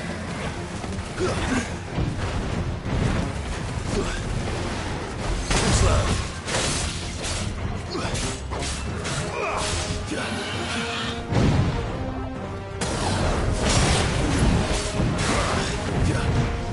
Let's try.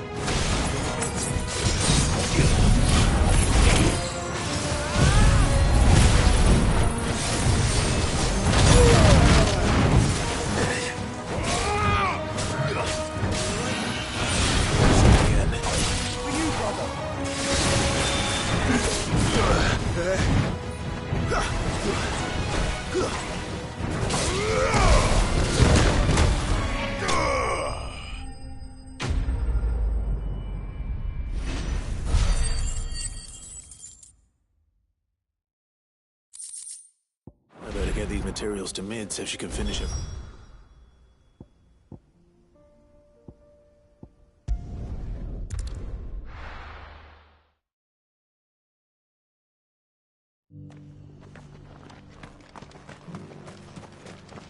Welcome, welcome. Come again.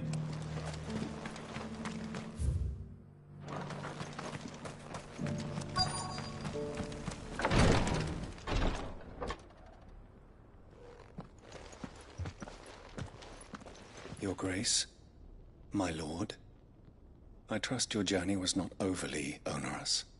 Cyril, you found a letter from Father? Yes, I have it here.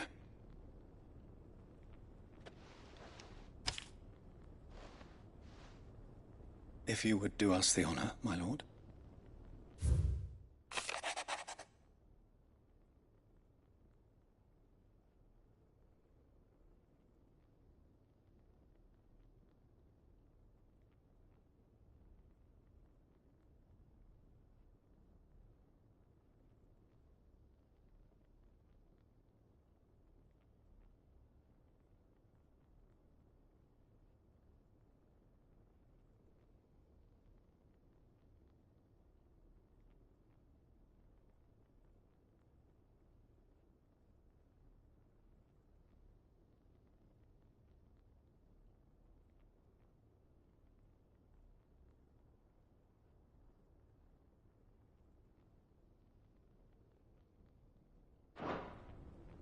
An inheritance. It would seem the late Archduke penned this missive shortly before his passing. The day before we left for Phoenix Gate. What are these plans he spoke of? His plans for the duchy, Your Grace. Your father entrusted them to my predecessor, the former bearer of the Burning Quill, who entrusted them in turn to me. The complete emancipation of bearers is their stated aim. But your father's dream did not end there. His Grace also spoke of building hospices to care for those stricken by the curse, and the founding of a new university to further the development of non-magical technologies. With the blight spreading ever more widely across the twins, Archduke Elwyn saw this as the only means of securing Rosaria's survival. He wished to see men and bearers treated as equals. To see centuries of common wisdom overturned. Small wonder he did not think it achievable within his lifetime. But he thought it achievable nonetheless. Had he not, he would never have written this message. Nor would he have entrusted his vision to his most faithful aides, those who would have stood with you, shielded you from the machinations of the less benevolent personages at court. It's a pity only they are still with us. 'Tis true that those most loyal to your father were the first to suffer the Duchess's wrath. But one at least remains, and she has come bearing gifts. What do you mean? Mayhap it is better that she explain, my lord. After all, the duties entrusted to me by my predecessor extended only to recovering His Grace's will and arranging a meeting with the one who might execute it, or a part of it at least. And where is this woman? She awaits you in the archive, Your Grace. Thank you, Cyril. Shall we then?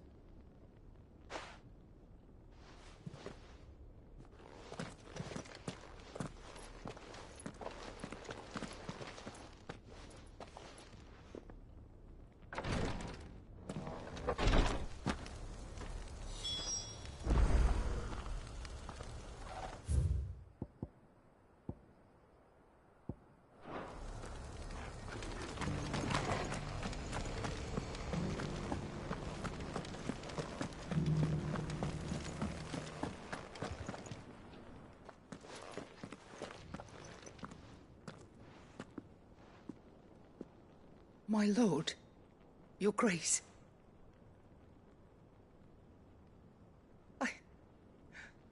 I hardly recognize you.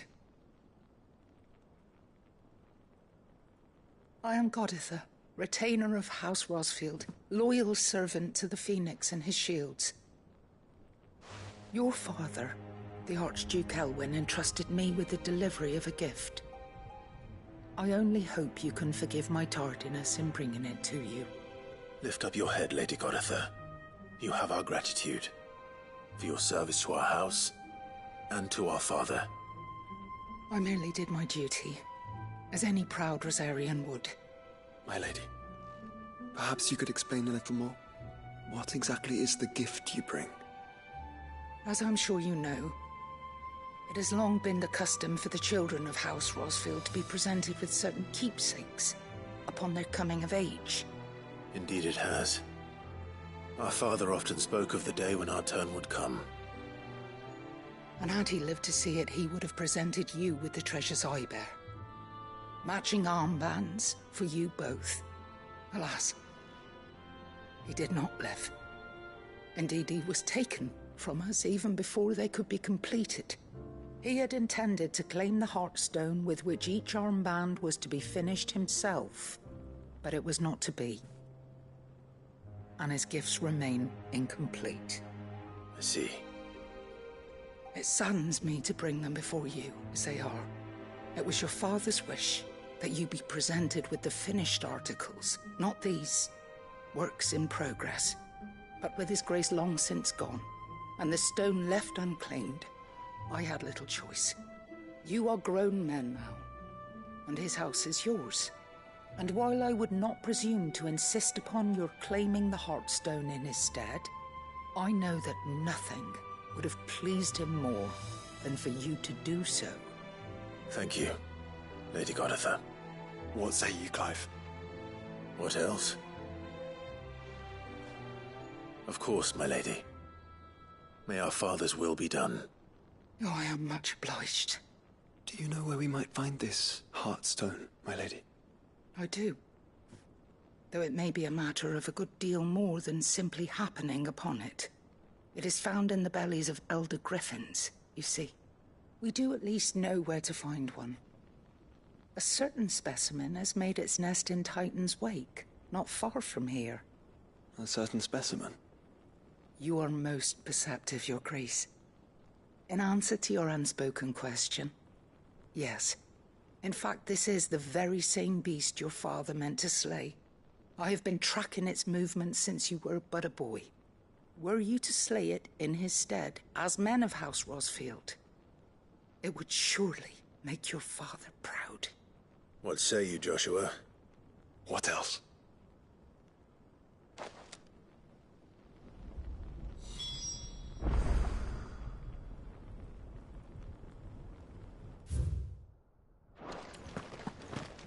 Titan's Wake is to the south of here. But we must not be hasty. The good lady has been disappointed once already.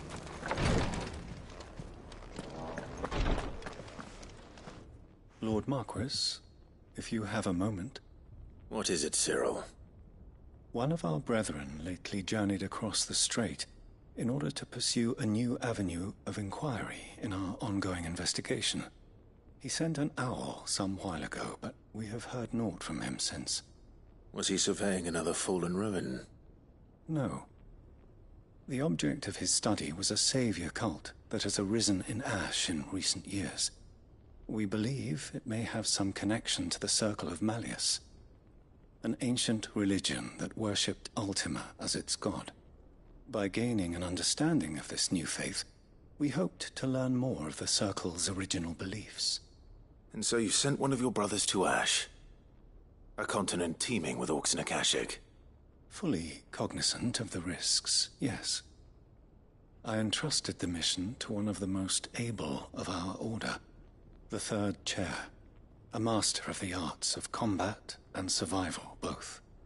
Though he has been silent for some days now, I have thus far refrained from sending any others in search of him, lest they be lost in turn.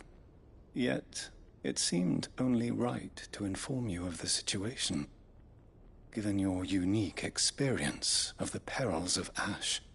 For as you so earnestly advised me, it would not do to abandon a man to his fate, when he might yet be saved.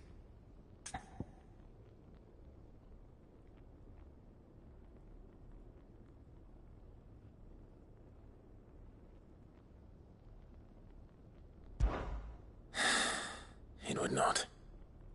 But Ash is a big place. Can you be any more specific? Perhaps. The last owl I received from him mentioned a village where he had heard the cult were wont to assemble. Mickleburg was its name. It lies in the southern reaches of Waloed. If aught ill befell him, I expect it did so there. Right. I'll see what I can do.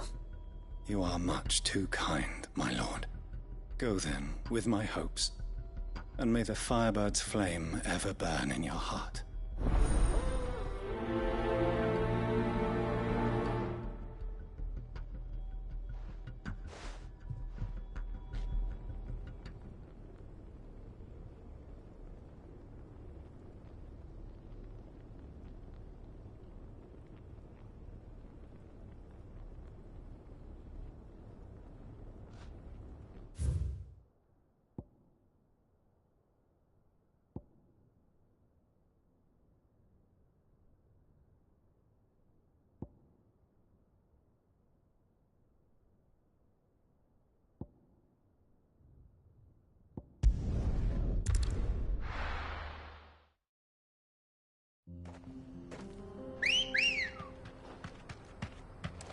Ready, go?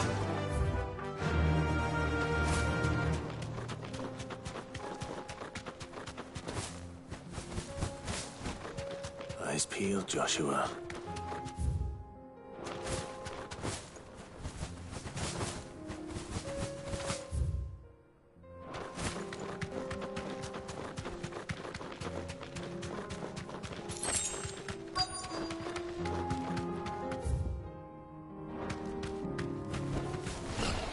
There it is. For House Rossfield.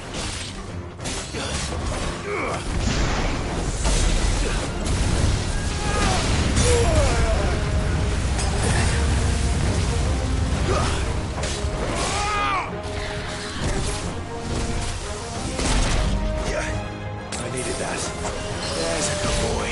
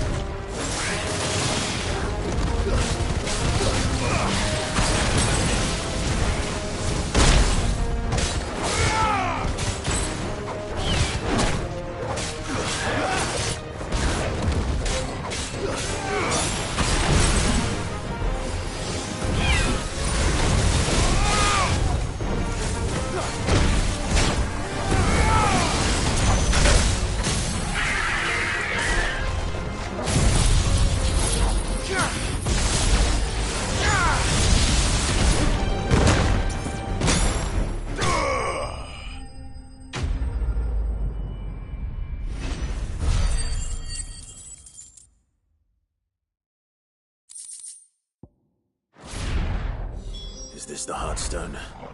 I expect Lady Goditha will know.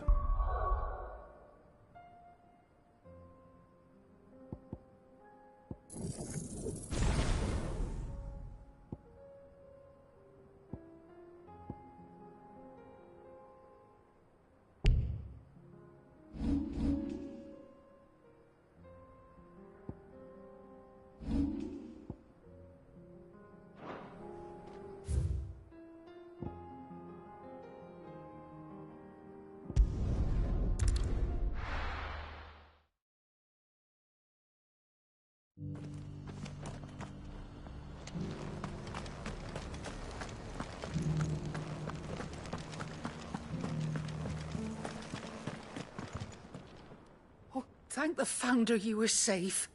The Griffin is slain then? And the Heartstone claimed.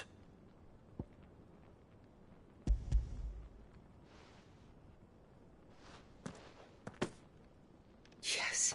This radiant luster, like frozen flame. It is just as your father described it.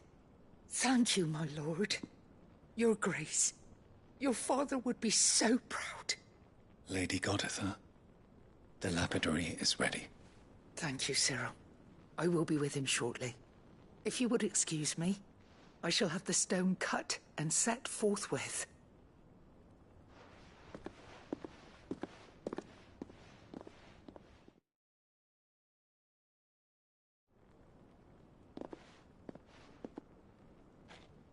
The armbands are complete. Pray, take them. They are yours, after all. Heartstone is harder and more enduring than garnet, or even ruby. It symbolizes unwavering will and devotion. And the graven vines encircling the stone represent the unbreakable bonds between you. It's a message. Father knew we had enemies both inside and outside the duchy. Enemies who would thwart his vision. Only with unwavering devotion would it ever be realized. And only if we stood together, as Phoenix and Shield, as brothers in arms. Only then might those enemies be overcome. Indeed. His Grace knew the enormity of the task he would entrust to you, his heirs. But this was more than just a message. It was a promise. That he would always be with you. Thank you, Lady Goditha, for remaining the steadfast custodian of our father's will. Forgive me, my lady, but there is something I don't quite understand. The Undying told me that after Father died, Mother claimed all of the ducal treasures for her own. Even if the armbands were incomplete, she would surely not have overlooked them. So, how were you able to keep them from her? Because I was the keeper of the vault. Though I was but a lowly servant, your father spoke to me of his intentions for the bands, of the deep love he had for both of you, and his hopes for your future. In the days before the disaster at Phoenix Gate, I discovered that the Duchess had ordered her jewelry be sent away from the castle. It was then that I knew she meant to betray us. I tried to warn your father, but it was too late. When word of the fire reached Rosalith, I knew my time was short. So I took up the armbands and I fled into the night. And thank the Founder you did. Yet my duty to your father was incomplete. Not knowing what else to do, I followed the Griffin, thinking I might claim the Heartstone on its passing. And so my pursuit continued, until Lord Cyril appeared before me. He informed me that His Grace's will had been recovered, and that his sons were alive and well. Lady Goditha, on behalf of my father and all the people of Rosaria, I thank you for your loyal service. As do I. Thank you, my lord. Your Grace, for coming back to us. For giving my service meaning.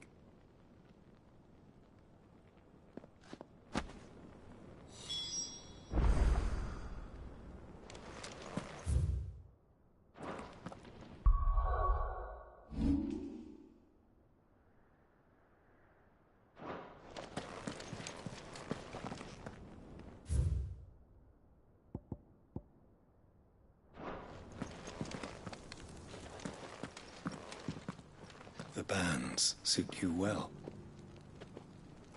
It must be gratifying to finally receive the inheritance that was denied you for so long. It is. And we thank you for the part you played, Cyril. If you would permit me to play my part a little longer, might I suggest that you make your way to your father's memorial atop Hawk's Cry Cliff? Let him see that you have received his blessing, and that his vision lives on in you. I suppose it would be churlish not to. What do you say, Clive? Shall we pay Father a visit? I think we should. I was hoping to be able to offer him my thanks before we left for Origin. Your father's helm is enshrined there. It has been since the day we recovered it from Phoenix Gate. I prithee claim it. For it too is a part of your inheritance, and I do not doubt that your father would prefer it in your hands than perched upon some lonely rock. Thank you, Cyril.